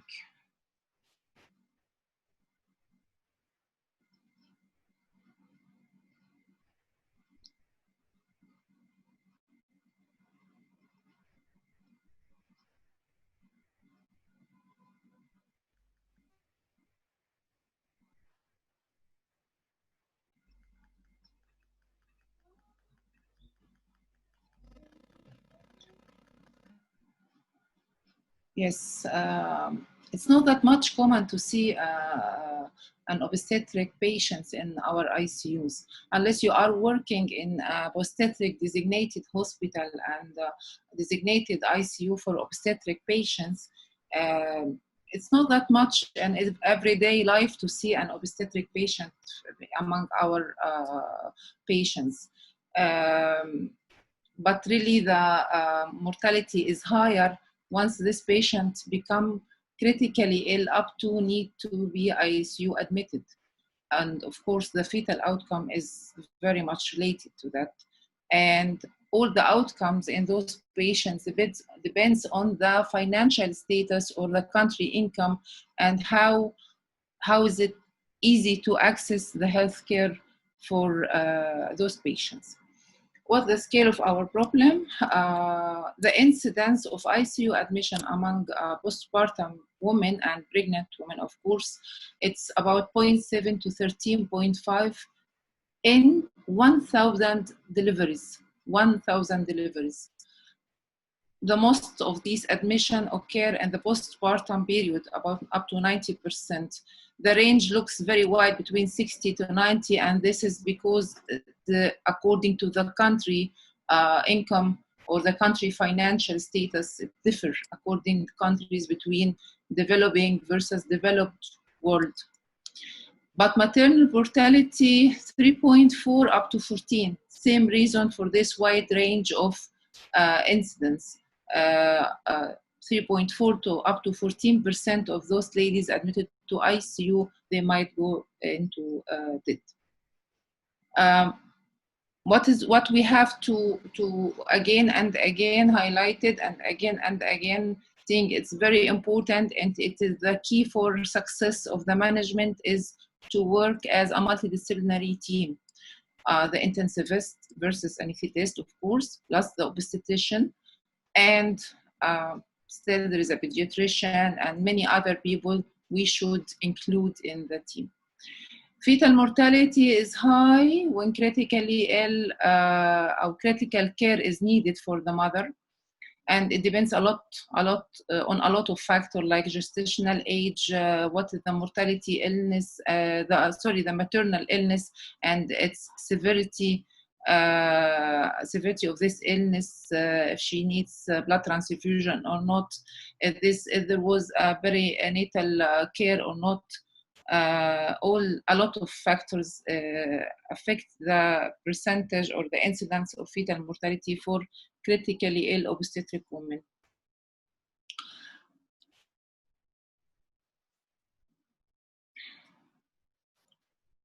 Okay, that's what it's about. So when to let the patient to be admitted to ICU, we have many factors let the patient in need for ICU service. It might be a general causes like sepsis, like trauma, or whatever, or something related to the pregnancy itself, and this is what we call pregnancy-specific cause of critical illness. Let us to have a look to this chart. It shows the incidence of causes of maternal mortality. This is a UK report. We can see thromboembolic, one of the among highest indication. And these are mortality in the mothers according to the countries. We can see that it's very less in the high income countries in comparison to lower income countries. In the bottom, we have Iraq and Yemen. This is the Egyptian maternal mortality ratio between 2006 and 2017, showing an improvement. We are the latest report, 2017, 37 deaths per 100,000 live births in 2017. There is an improvement in the maternal mortality. Now, how we can identify our patient, how we can, to identify the patient and where to give the care to the patient. Let us to have this question. Regarding management of critically ill obstetric patient, it is the same as for any critically ill patient with no difference. Fetal outcome is independent of maternal condition, managed only by the intensivist in a closed ICU model. The presentation and management is altered by a presence of pregnancy. What do you think?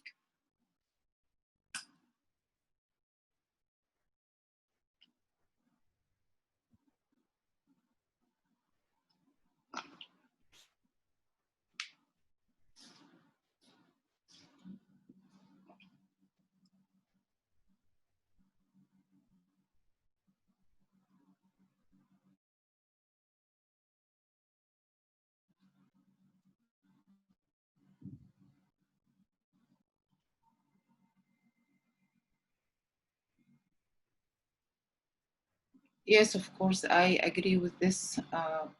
The pregnancy is really altering the presentation of the patient, and it makes some sort of difficulty to catch the patient in need for a critical care service. Regarding levels of care, this is the usual. If the patient is okay, stable, and everything can be done in the ward, no special needs, she will be in the ward. But if the condition deteriorating, necessitating higher level of experiences and closer observation, you might need to put her in a different place, and this is level 1. And if the patient system start to be jeopardized and in need for invasive monitoring or maybe intervention for one or more of the hair body systems, excluding respiratory, this may be level 2. But once the patient became in need for respiratory support, which is advanced respiratory support, this is a level 3. How to manage this level? This is different in different settings. I mean, you might serve level 2 and 3 in ICU. You might have like an intermediate care for level 2. You might have a higher sorry for this, a higher care and maternity ward. You can even manage level 1. This is different between different organization and different hospital, but this is what's needed for the patient. Now we have actually a very unique concern for the critically ill obstetric patient. First of all, we have to tell that pregnancy and delivery can be a cause of critical illness. This is a fact. Critically ill obstetric patients are usually young and otherwise healthy.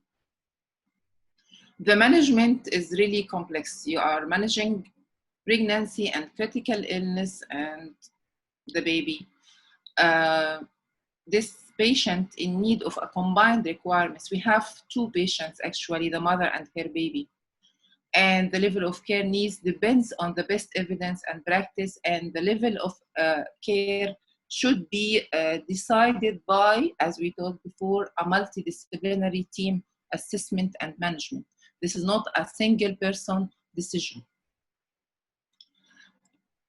What about assessment and management?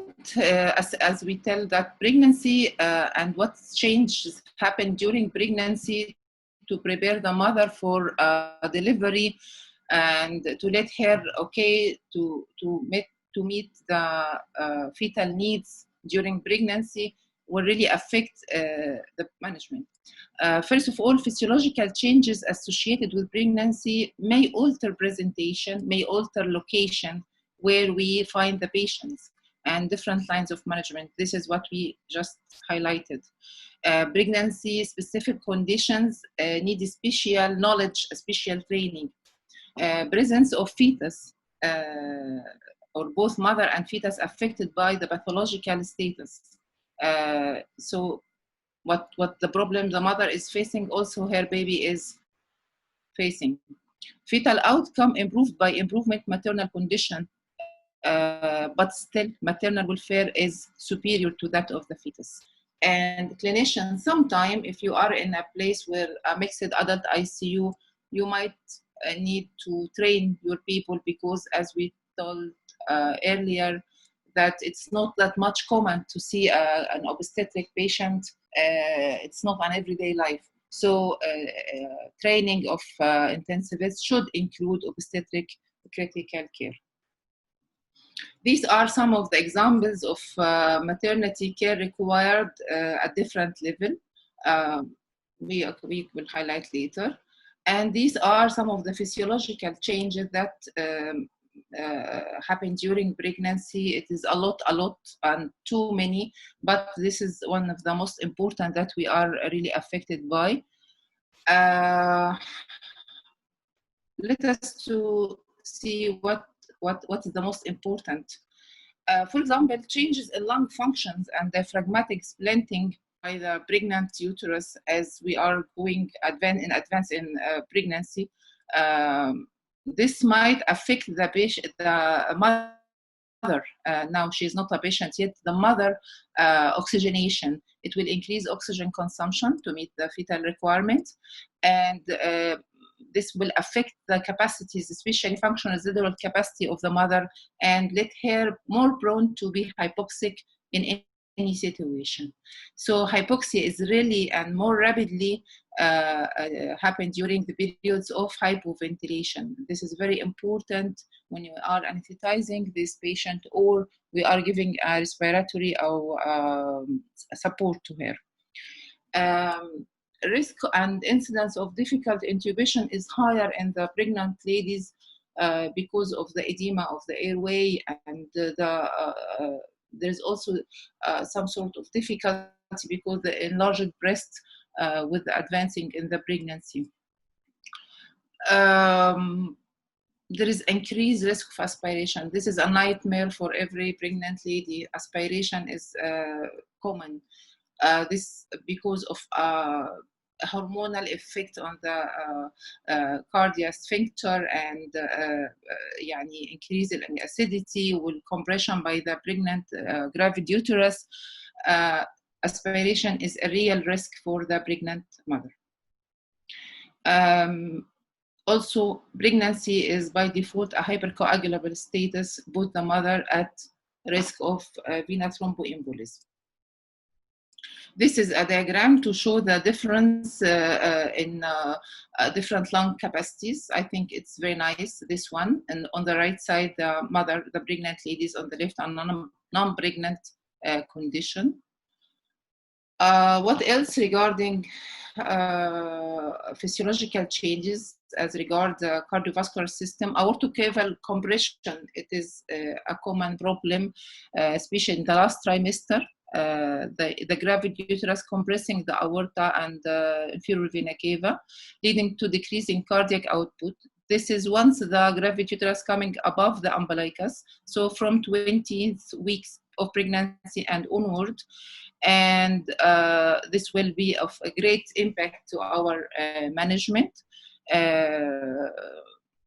It leads also to supine hypotension sometimes. So if we are resuscitating a mother because of hypotension or because of cardiac arrest, we have to take this in consideration and try to displace this compression of the aorta and inferior vena cava by displacing the uterus. This can be either by manual displacement, some assistant will push the uterus away, or by letting the mother to be in the left lateral tilt. This is very important and very effective. Actually, this problem might hinder the response to CPR, and it might delay return of spontaneous circulation. And in this situation, you have to go for manual displacement of the uterus, and even perimortem hysterotomy and delivery of the baby. Actually, the mothers usually are on hypotensive side, so be careful when you are evaluating a pregnant lady for hypertensive problem. And telling that the mother is having a pregnant lady having a high output status, this means a large blood volume can be lost rapidly. And so we have to manage blood transfusion more wisely for the pregnant ladies. So let us to have a look for blood gases in late pregnancy. Usually pH 7.43, it's okay. Partial pressure for CO2 in arterial blood is low, 30 by hyperventilation. Oxygenation is usually okay. And bicarb is a little bit low to compensate for this CO2 wash. So we have a decreased oxygen reserve due to decreased functional residual capacity and increased oxygen consumption. Remember always, our patient is not well tolerated hypoventilation or apneic condition. What about the risk to the fetus if we are dealing with a critically ill obstetric patient? Remember that fetal hypoxia is of a real importance when we are facing critically ill pregnant lady. Radiological investigation should be taken with cautious, and drugs what we are giving to the mother is should be considered. We have to consider the fetus in our decision if it is possible. So we need to identify the patient, and there are some warning signs and symptoms, the usual for any patient. It might be the same or a little bit modification. Let us to have this question. Regarding warning signs and symptoms in critically ill obstetric patient, systolic blood pressure around 140 millimeter mercury is accepted.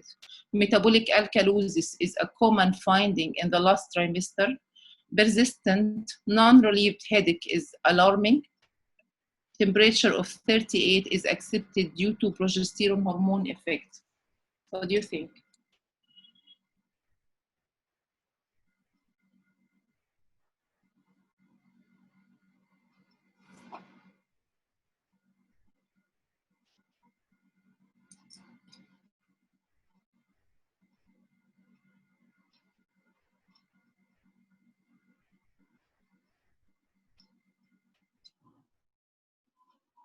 Agreeing. Okay, this has to go. This is some of the early warning criteria. You can find some difference in different institutes based on protocol done, but we are including the vital signs: systolic blood pressure, diastolic blood pressure, heart rate, respiratory rate, oxygen saturation, urine output, of course, behavioral or conscious level changes, and other symptoms like persistent headache, the question, persistent non-relieving headache or persistent non-relieving complaint, you have to consider alarming. This is some of the early warning scores are used in different countries or different organizations. What the consideration we have to use while we are managing critically ill patient, critically ill obstetric patient, of course. Regarding ICU management of critically ill obstetric patient, all are true except rapid sequence induction is a rule. You must be ready for difficult intubation. Ionized radiation is completely forbidden with no exception. Left uterine displacement is of great help.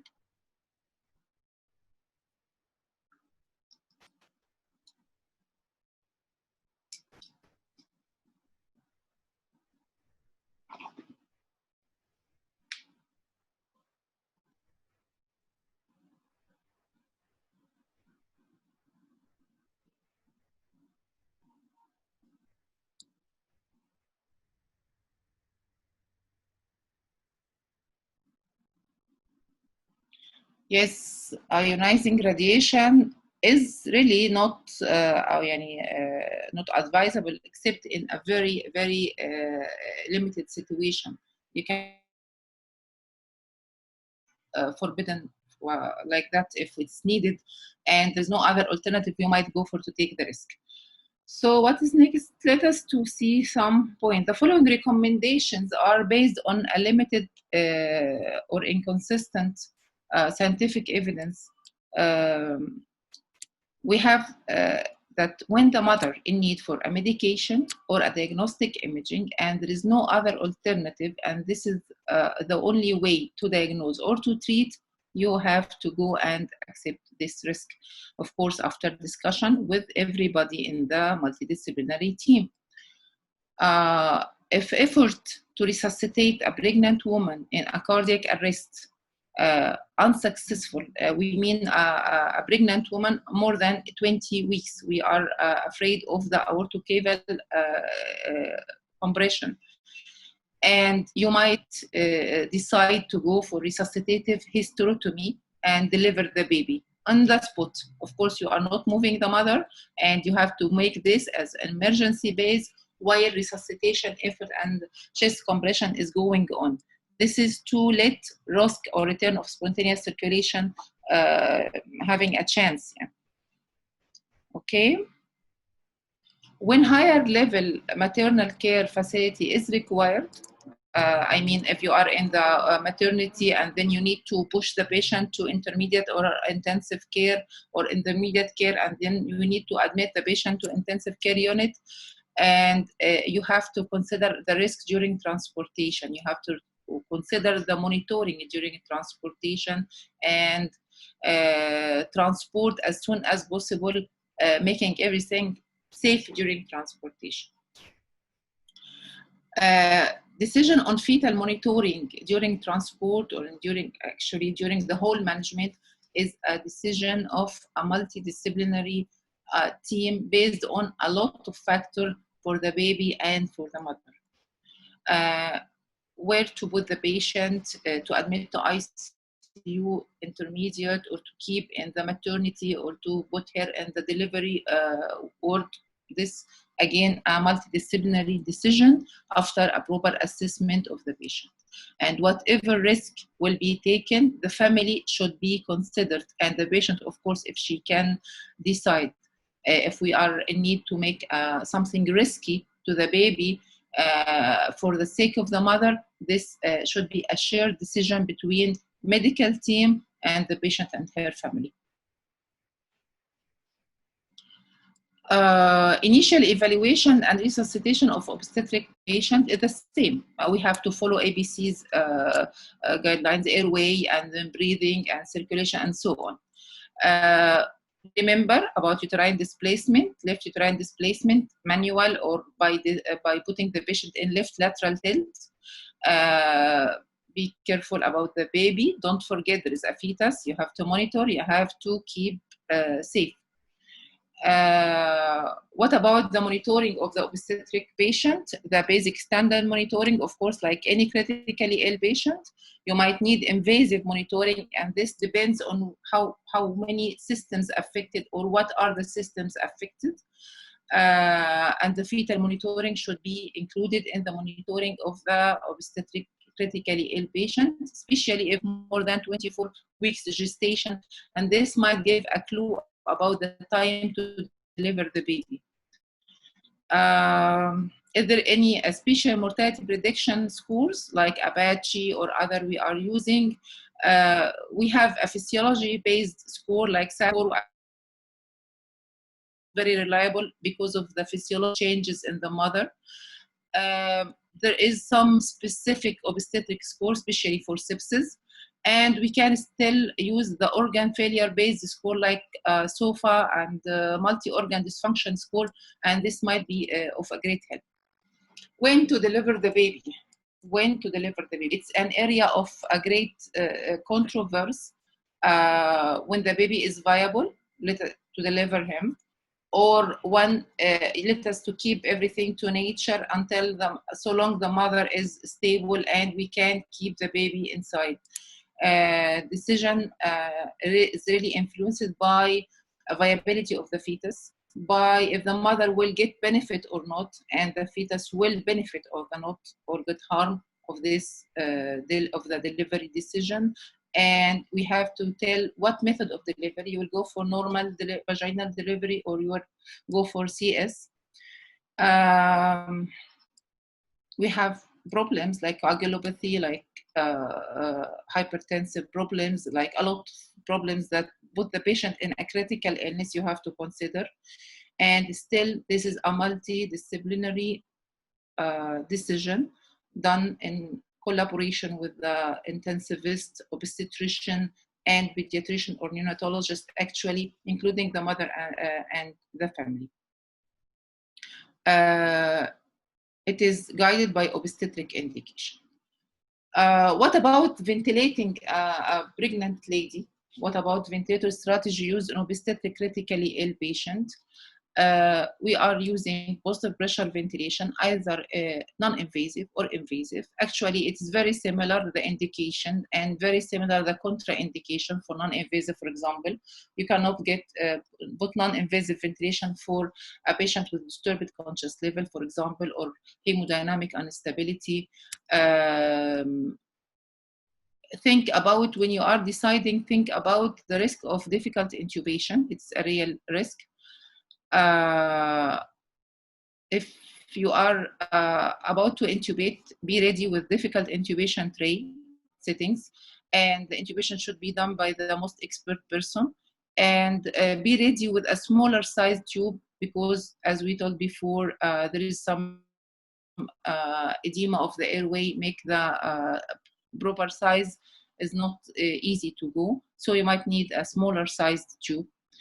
And think very, very, very quietly about risk of aspiration. So go for whatever anti-aspiration measures. Rapid sequence induction with cricoid pressure is a rule. Think about the risk of hypoxia. The patient is easy to go for to be hypoxic. So pre-oxygenate, and again, intubation by an expert person. Remember that sedatives cross the placenta, how you are close to delivery. I'm speaking about intubation in the ICU. And if we are close to delivery, or the delivery decision will be made soon, so a neonatologist should be involved about what sedatives we used. So to be ready to work with the baby, as all sedatives we cross the placenta and might lead to fetal sedation and apnea. Actually, this will be later highlighted. The prone positioning can be with pregnancy, still very difficult, but can be. And ECMO can be with pregnancy. We will highlight this later on. This is a blood gases between non-pregnant and pregnant, the first in comparison, the first trimester compared to second and third trimester. We are seeing that CO2 is decreasing by time, and bicarb is also decreasing by time in pregnancy. Oxygenation is okay, but the patient easily to be hypoxic if she is hypoventilated. When we are going to intubate and put the patient on mechanical ventilation, what goals we need to achieve? We need to achieve peak inspiratory pressure less than 35. We need to plateau pressure less than 27 to 30. Driving pressure, which is the plateau minus the beep, less than 12. We need to keep adequate arterial blood gases. Oxygen tension between 60 to 100 millimeter mercury. Carbon dioxide between 28 to 32. We don't like to put the patient into hypocapnia, because this is hazardous to the placental blood flow, or hypercarbia, because this might lead to fetal acidemia. And oxygen saturation between 94 to 98. And this is the pressure that appears on the ventilator interface. We might go for lung protective strategy, and 6 ml per kg of predicted body weight, of course, as calculated. Plateau pressure less than 30. P-value, you can give more than 5, and be careful with the P-value, and intravascular volume or affection, the effect on the hemodynamics. Driving pressure less than 12. And recruitment maneuver is not that much okay in pregnancy, but if you need it for the sake of the mother, is no other alternative, you might use it. BF ratio less than 150 is indication for pruning. And again, we will highlight this later on in this presentation. CO2 management, as we told, we have to avoid hypocapnia, which is less than CO2 arterial CO2 tension less than 25 millimeter mercury because of uterine blood flow. And we have to avoid hypercapnia. The mother will be in respiratory acidosis, and this will be fetal acidemia. Actually, it was mentioned in some studies that it's up to 50 to 60 millimeter mercury is okay for the mother. Yeah, this is still a controversy, and work according to your scenario. Prone positioning in obstetric, it might be difficult, but it's not. It is still possible. It is, of course, little studied, especially in nowadays with the pandemic of COVID-19 and the need for prone positioning. There's no contraindication. You can still prone the patient. You can still also make everything safe for her if you have ARDS and refractory hypoxia. Of course, the team should be trained. Actually, the team should be trained for proning for all patients, and especially for this unique, challenging patient. There is a lot of reports, especially with the pandemic of COVID-19, and these reports, actually, it is not that much large number of patients, but still there is a successful proning from second and third trimester patients, and with good effect on oxygenation. It works nicely in pregnant, like non-pregnant patient. Sorry for this. This is a proning. We can see down the mothers proned and how it affected BF ratio, and this is the way how we are proning, using the sheets and almost 6 individual, 3 on each side, plus the one managing the endotracheal tube, and this is the patient in proning position. And this a lady proned awake that we are doing very frequently in COVID-19 pandemic to prone awake patient. What about the use of antimicrobials and other pharmacological agents in pregnancy? The rule is to avoid whatever harm the baby if it is possible, unless there is other alternatives. We can use this for the sake of the mother. Of course, there is a lot of drug category as regard the fetal affection, A down to D, regarding what teratogenic, what others not teratogenic. It's again a multidisciplinary approach, including the team, intensivist, obstetrician, and neonatologist.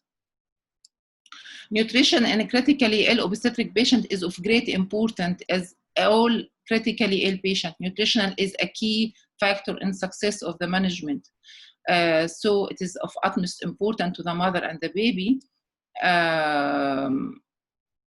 If there is a specific nutritional needs, we have to work on it. Intra-root is still the default for the pregnant mother, like all critically ill. This extra calories is needed during second and third trimester, and increasing protein needs. You have to consider kinetic and aspiration profile risk for the pregnant mothers.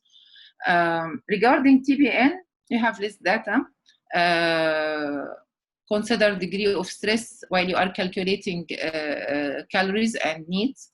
It's a multidisciplinary approach once more. If there is extra needs of vitamins and minerals, you have to supply. Thromboprophylaxis, as we told that pregnancy is a hypercoagulable status, and remember that the patient at high risk of VTE, especially in the, again, era of COVID. Thromboprophylactic is needed once patient in ICU. Make this as a multidisciplinary again. What about cardiopulmonary resuscitation? Let us to remember the same high risk of difficult intubation, of hypoxia and acid aspiration, and survival of the fetus depend on the adequacy of maternal resuscitation effort. Maternal resuscitation follow the guidelines as the usual for any adult cardiac arrest patient. After 20th week of pregnancy, consider manual displacement of the uterus. This is the manual displacement of the uterus, and resuscitation hysterotomy whenever needed. And this is the guidelines, ACLS guidelines. And this is a picture for the manual displacement of the uterus to the left and left lateral tilt by the, we are using like sheets or something below the trolley, the board, to make the patient on the left lateral position while resuscitation and chest compression is continued. In the coming slides, we will highlight some of the pregnancy specific critical illnesses. Let us to see. The mother might become critically ill because of the pregnancy, and like peripartum hemorrhage, obstetric sepsis, preeclampsia, amniotic fluid embolism, acute fatty liver of pregnancy, or she might become critically ill because of a medical illness that aggravated by pregnancy, like being aspiration, pneumonia, venous thromboembolism, pyelonephritis, whatever pneumonia and chest infection, connective tissue disease, cardiac disease, diabetes, or it's not specific like having trauma or respiratory failure for whatever reason. We will highlight some of pregnancy-related critical illnesses. Let us to go for this question. Regarding pregnancy-related critical illnesses, most common cause are maternal hemorrhages. Acute fatty liver pregnancy is very common in Asian ladies. Delivery of the fetus is not adding to maternal management. Amniotic fluid embolism is common postpartum problem. What do you think?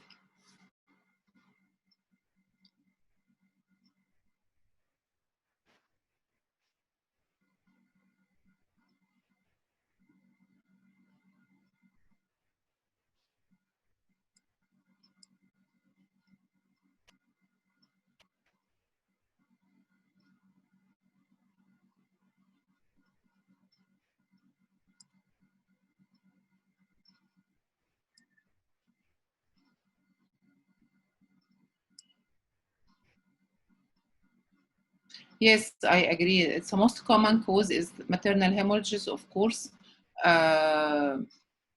Just to have a look for the other causes. Obstetric hemorrhages, it is almost the cause of 30% of maternal mortalities in low-income countries. Majority of this hemorrhages is coming in the postpartum period. Hemorrhages can be of various causes. It might be because uterine atony or placental abnormality, uterine rupture, some surgical or genital tract trauma during delivery. This is abruptio placentae. And on the other side, this abnormal placental sitting placenta brevia in its different types. All these are causing maternal hemorrhage. Of course, the patient, if the hemorrhage is severe, she might go into hypovolemic or hemorrhagic shock. We have to think about vitals data in this patient. We have to control source of blood loss. This is of utmost importance. Otherwise, we are really losing the patient. We have to restore oxygen carrying capacity, and we have to maintain tissue perfusion. How we can make this one? Initially, immediate IV crystalloid resuscitation. Of course, replacement of lost blood by packed RBCs transfusion, and coagulation factor platelet replacement. Some advise that to have immediate accessibility to blood and blood products and coagulation factor, we might implement a massive transfusion protocol, and they make this protocol the protocol when managing a severe peripartum hemorrhage, so we can get immediately access to platelets and coagulation factor in addition to packed RBCs. Control source of bleeding can be by different methods. Can be medical by giving drugs can enhance uterine contraction, or mechanical by compression, or surgical, and surgical might be conservative like embolization of internal iliac or whatever, or hysterectomy if it is everything failed.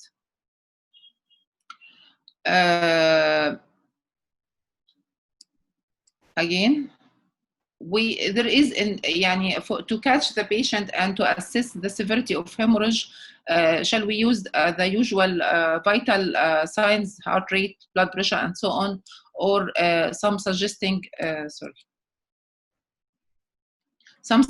that using shock index, which is the ratio of pulse to systolic blood pressure, for detecting hypovolemic shock secondary to obstetric hemorrhage, is superior to the conventional vital signs. So we can escape the problem with the changes in the physiology of heart rate and the blood pressure during pregnancy. Uterotonic agents can be used, uterine massage also. This is the way how to stop bleeding. We can make a controlled cord traction, cell salvage, early aggressive coagulation support, intrauterine balloon tamponade, some mechanical compression, uterine artery embolization or ligation, up to hysterectomy if no other way. This is the number of hemostatic surgical procedure taken in case of major obstetric hemorrhage. There are a lot of studies. They are comparing different techniques of mechanical tamponading and surgery. It found no difference actually. What you can do it to save the patient's life. We will go for maternal sepsis. Maternal sepsis, like chorioamnionitis, is a real problem, and it presents 15% of maternal deaths worldwide. Septic shock can be seen, and if the cause of sepsis is pyelonephritis or chorioamnionitis or endometritis, outcome of the patient is better, actually of the pregnant is good, non-pregnant, because once you are removing the source of infection, she's an otherwise healthy patient.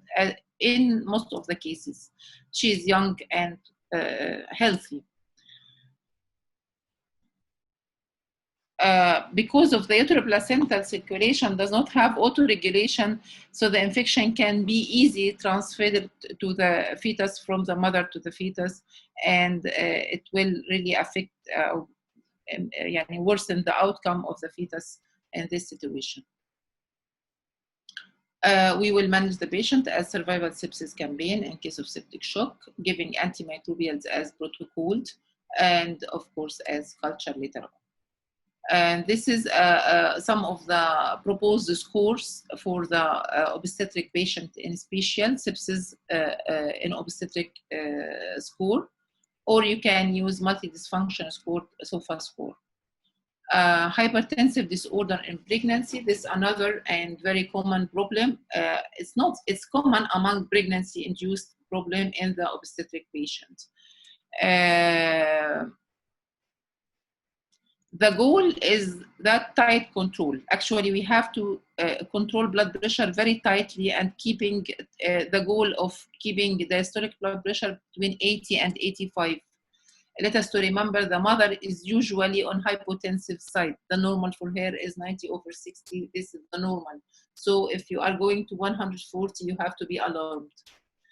The pathophysiology in this hypertensive disorder namely preeclampsia and eclampsia, is because of poor placental perfusion and some problem in the vascular endothelial dysfunction at the mother side. We have mild and severe preeclampsia. The mild preeclampsia less than 37 weeks. Actually, it's not usually our task. It can be managed in the ward, and we can manage expectantly the mother and the baby. Remember that magnesium sulfate, we are giving magnesium sulfate in severe preeclampsia as a prophylaxis against fits and eclampsia. Again, preeclampsia, the incidence between 5 to 8%. It's a syndrome of hypertension, proteinuria, and edema. It can be mild or severe. This is the criteria of severe preeclampsia. And the management, the usual is well-timed delivery of the fetus. We can see here in all these problems regarding related to pregnancy and occurring in the prepartum, the delivery of the fetus is a solution, is a real and a very good solution. So plus delivery of the fetus when possible, controlling blood pressure, and this is some of the examples of antihypertensives used to control blood pressure. And remember that fluid therapy management is very important for this patient, because in real, this patient is deficient in the intravascular volume. You have to give her volume and be wise not to put her on decompensation. Patient usually fluid depleted, but careful fluid loading needed and consider monitoring. And don't forget to give seizure prophylaxis by magnesium sulfate. And the usual dose 4 grams IV loading, followed by 1 to 2 grams per hour, and followed up by serum level and other follow-up criteria. And this is the complication of preeclampsia, a lot of complication actually, if not well treated.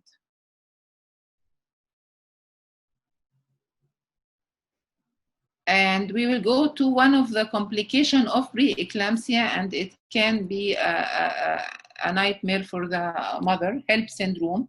HELP syndrome states for hemolysis, elevated liver enzymes, and low platelet count.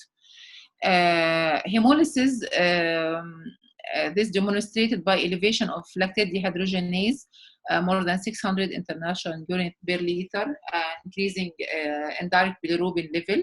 And if we are having a blood film, we can see schistocytes. It's a characteristic of hemolysis in HELP syndrome. Elevated liver enzymes, transaminases, more than 72 international units per liter, and platelet count less than 100 per cubic millimeter. It comes about 4 to 12% of all preeclampsias. It's a real complication, a nightmare for preeclamptic patients. If the patient is undelivered, and it comes while the patient is still pregnant, please do deliver the baby. This will solve the problem in a very good percentage of the population. Same management like depends on the patient viability, multidisciplinary approach once more. So delivery, this is the first line of treatment of the HELP syndrome. Treat preeclampsia because it's usually complicated preeclampsia, and give blood platelets coagulation factor in the ratio like massive blood transfusion, and do liver support. Please do liver support, and be careful about medication that you are giving to the mother and her liver. Plasmapheresis may be of value if more than 72 hours postpartum. This is for postpartum patients. And steroids was suggested in some studies, but actually it is not proper to give steroid. You need to deliver the baby and replace coagulation factor, support the mother. We will go for another pregnancy-specific condition, amniotic fluid embolism. It's a rare condition. Alhamdulillah, it's a rare condition, but it's really devastating emergency. Patient typically presented with acute onset of severe hypoxia, change in the mental status, and collapse, cardiovascular collapse, and maybe up to DIC. Diagnosed by exclusion. There is no special test used in a common practice to diagnose amniotic fluid embolism. It is diagnosed by exclusion. Usually, the most common it is intrapartum, but still can be immediately postpartum a cause of hypoxia. Improving diagnosis, improving supportive measures might lead to, it is what was mentioned, that it improves mortality, even that, so it's still high, the mortality is still high with the amniotic fluid embolism.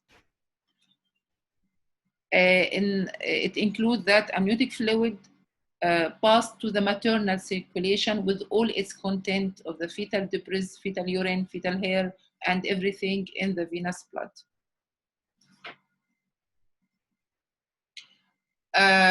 It is recorded that this hypoxia with amniotic fluid embolism caused the long-term neurological sequelae in the mothers.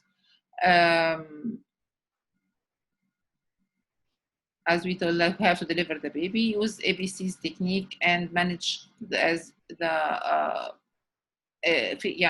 any pulmonary embolism by supporting technique for the patient. ABCs manage airway, breathing, and circulation. And if there is any cardiovascular collapse, manage this way. If there is coagulopathy, you have to manage it.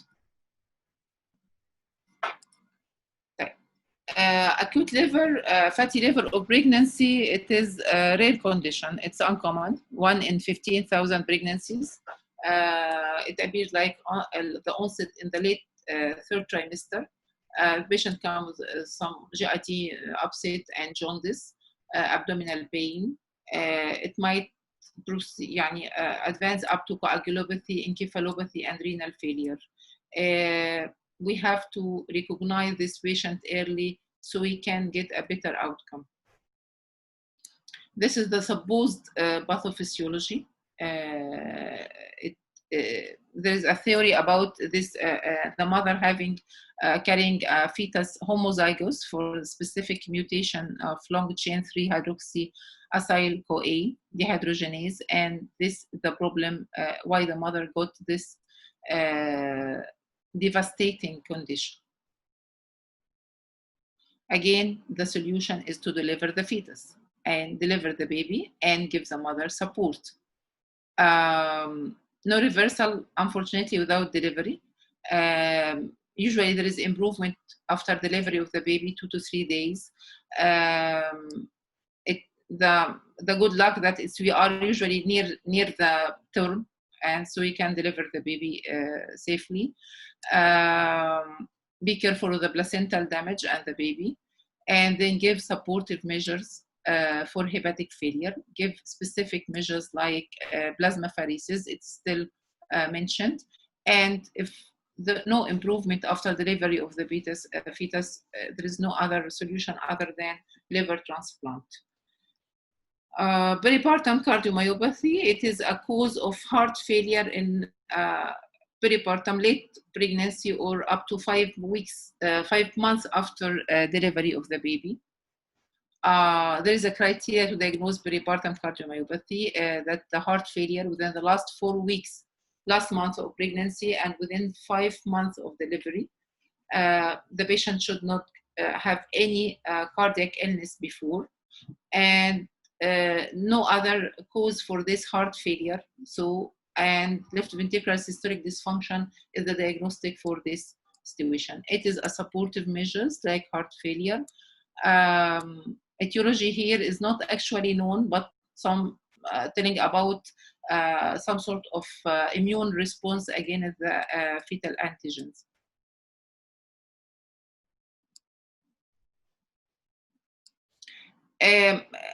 Occurrence of peripartum cardiomyopathy during pregnancy is difficult to pick the patient, because actually all signs and symptoms of heart failure can be in a normal late pregnancy, in the normal pregnant mother in the third trimester or near term. So it's really difficult to diagnose. It might be more diagnosed postpartum, give supportive measures, and a heart failure, anti-heart failure measures, the usual. You might go for dopamine, dobutamine, digoxin if the patient is hypotensive. Don't forget anticoagulation and antiarrhythmic if needed. Now we will highlight, it's 1 or 2 slides only for the current pandemic of COVID-19 and pregnancy. It's very important because we are still seeing many cases of COVID-19. The last week I have patient diagnosed as COVID-19 positive immediately postpartum, few hours after delivery of her baby. She got hypoxia and unfortunately also myocarditis. COVID-19 was positive by PCR test.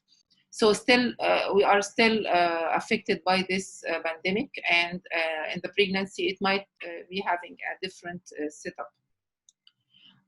The pregnancy and childbirth generally do not increase the risk of to acquire COVID-19 infection. It's not increasing the risk to get the infection. There is a systemic review including 11,000 pregnant ladies was suspected and confirmed COVID-19. This gave a 4% of these 11,000 was in need for ICU admission. 3% received invasive ventilation. 0.8% received ECMO, and 0.6% unfortunately died. Assessment and evaluation is the same, like in COVID-19.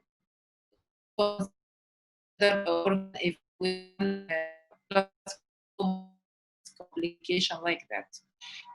We have to differentiate COVID-19 infection or illness like hypercoagulable status and PTE like that. We have to put in mind other differential diagnoses. For evaluating a pregnant patient with the COVID-19, chest X-ray can be used. Remember that one chest X-ray is not very much harmful. It's a low dose of radiation exposure. If you are in need, go for CT. Still, CT is, if you are doing once, it's not that much harmful to have this dose of radiation as per guideline. And you might also use ultrasound of the lung as alternative for both of them. Again, we will apply the rule. We are not going to do not indicated examination. I mean, we have to think 100 times before going to radio examination, either chest X-ray or CT chest. But once needed and there is no other alternatives, we have to go. It's not that much harmful to get one examination. The management, the usual. Actually, the oxygenation target saturation more than 95%, arterial oxygen tension more than 70 mmHg by whatever mean. In severely ill patient, if the oxygenation is not achieved, go for Browning if BF ratio less than 150. And again, Browning, it might be a little bit difficult during pregnancy, but it's still working and still possible. Be careful of aortocaval decompression, or do aortocaval decompression. High beep strategy we can use, consider volume status and hypotension for fetal monitoring. Permissive hypercarbia, if we have ARDS and we will go for lung protective strategy, still we can do it with a little effect on the fetus. Let us to remember that anticoagulant is of great importance in COVID-19 and pregnant ladies, both of them, hypercoagulable status, but manage well if we are about to deliver the baby. What about steroids, glucocorticoids? It can meet the needs for the mother to improve oxygenation, and at the same time the baby, to push him towards maturity so we can let the baby out. Other lines like remdesivir and remdesivir by itself is okay as for the pregnant ladies. Convalescent plasma is still no objection. Actually, data are very much less. We are new for this setting, and so again, it is a multidisciplinary approach. Consider the discussion with the clinical pharmacist and other members in the team, and prioritize the mother welfare. Chloroquine, hydroxychloroquine, it is not that much efficient as per a lot of guidelines. And remember, it had side effects to the mother, and it might cross the placenta. And in animal studies, it leads to the fetal corneal deposit. Fetal monitoring of utmost important. It is very important, and decision of delivery is very important. Fetal delivery is a very big question mark. So, what is take-home message for today? Critically ill pregnant mothers are unique, of course. They are a special category of people. Do not forget the baby, do not forget the fetus, and manage as multidisciplinary team. You are not alone. And when there is no alternative, always choose the mother. Thank you very much for being here. Sorry to be very late. Thank you. Thank you, Dr. Salwa. Really attractive. Thank you, Doctor. And a good review.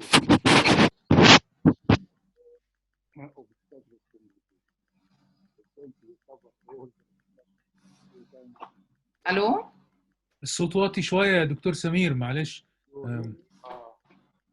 Thank you. You hear me now? Yes, it's a little better. Yes. Thanks, Dr. Salwa, for this attractive lecture. It is a good review. You told us about general strategy of how to manage obstetric complications in ICU. And from general strategy, you shifted to a specific strategy for toxemia, for health, for amniotic fluid, for COVID. And I wanted to add a message about COVID syndrome. It is sometimes giving the same pictures as health syndrome. And so our message, don't be hurry in delivering the patient who is suffering from COVID and giving the picture of health syndrome. Just support the patients and he will improve just after pneumonia subsides. Really a good lecture. And I think we have Thank you, Doctor. No questions, because you cover all the questions which you want. There is one question. Or it's very late and everybody is tired. Yeah, no questions really. You answered all the questions about the طيب الحمد لله. Obstetric complications. You have the talent to cover the topic extensively. Really. Thank you, and I leave the mic to Dr. Walid if he has any comment. Thanks for you.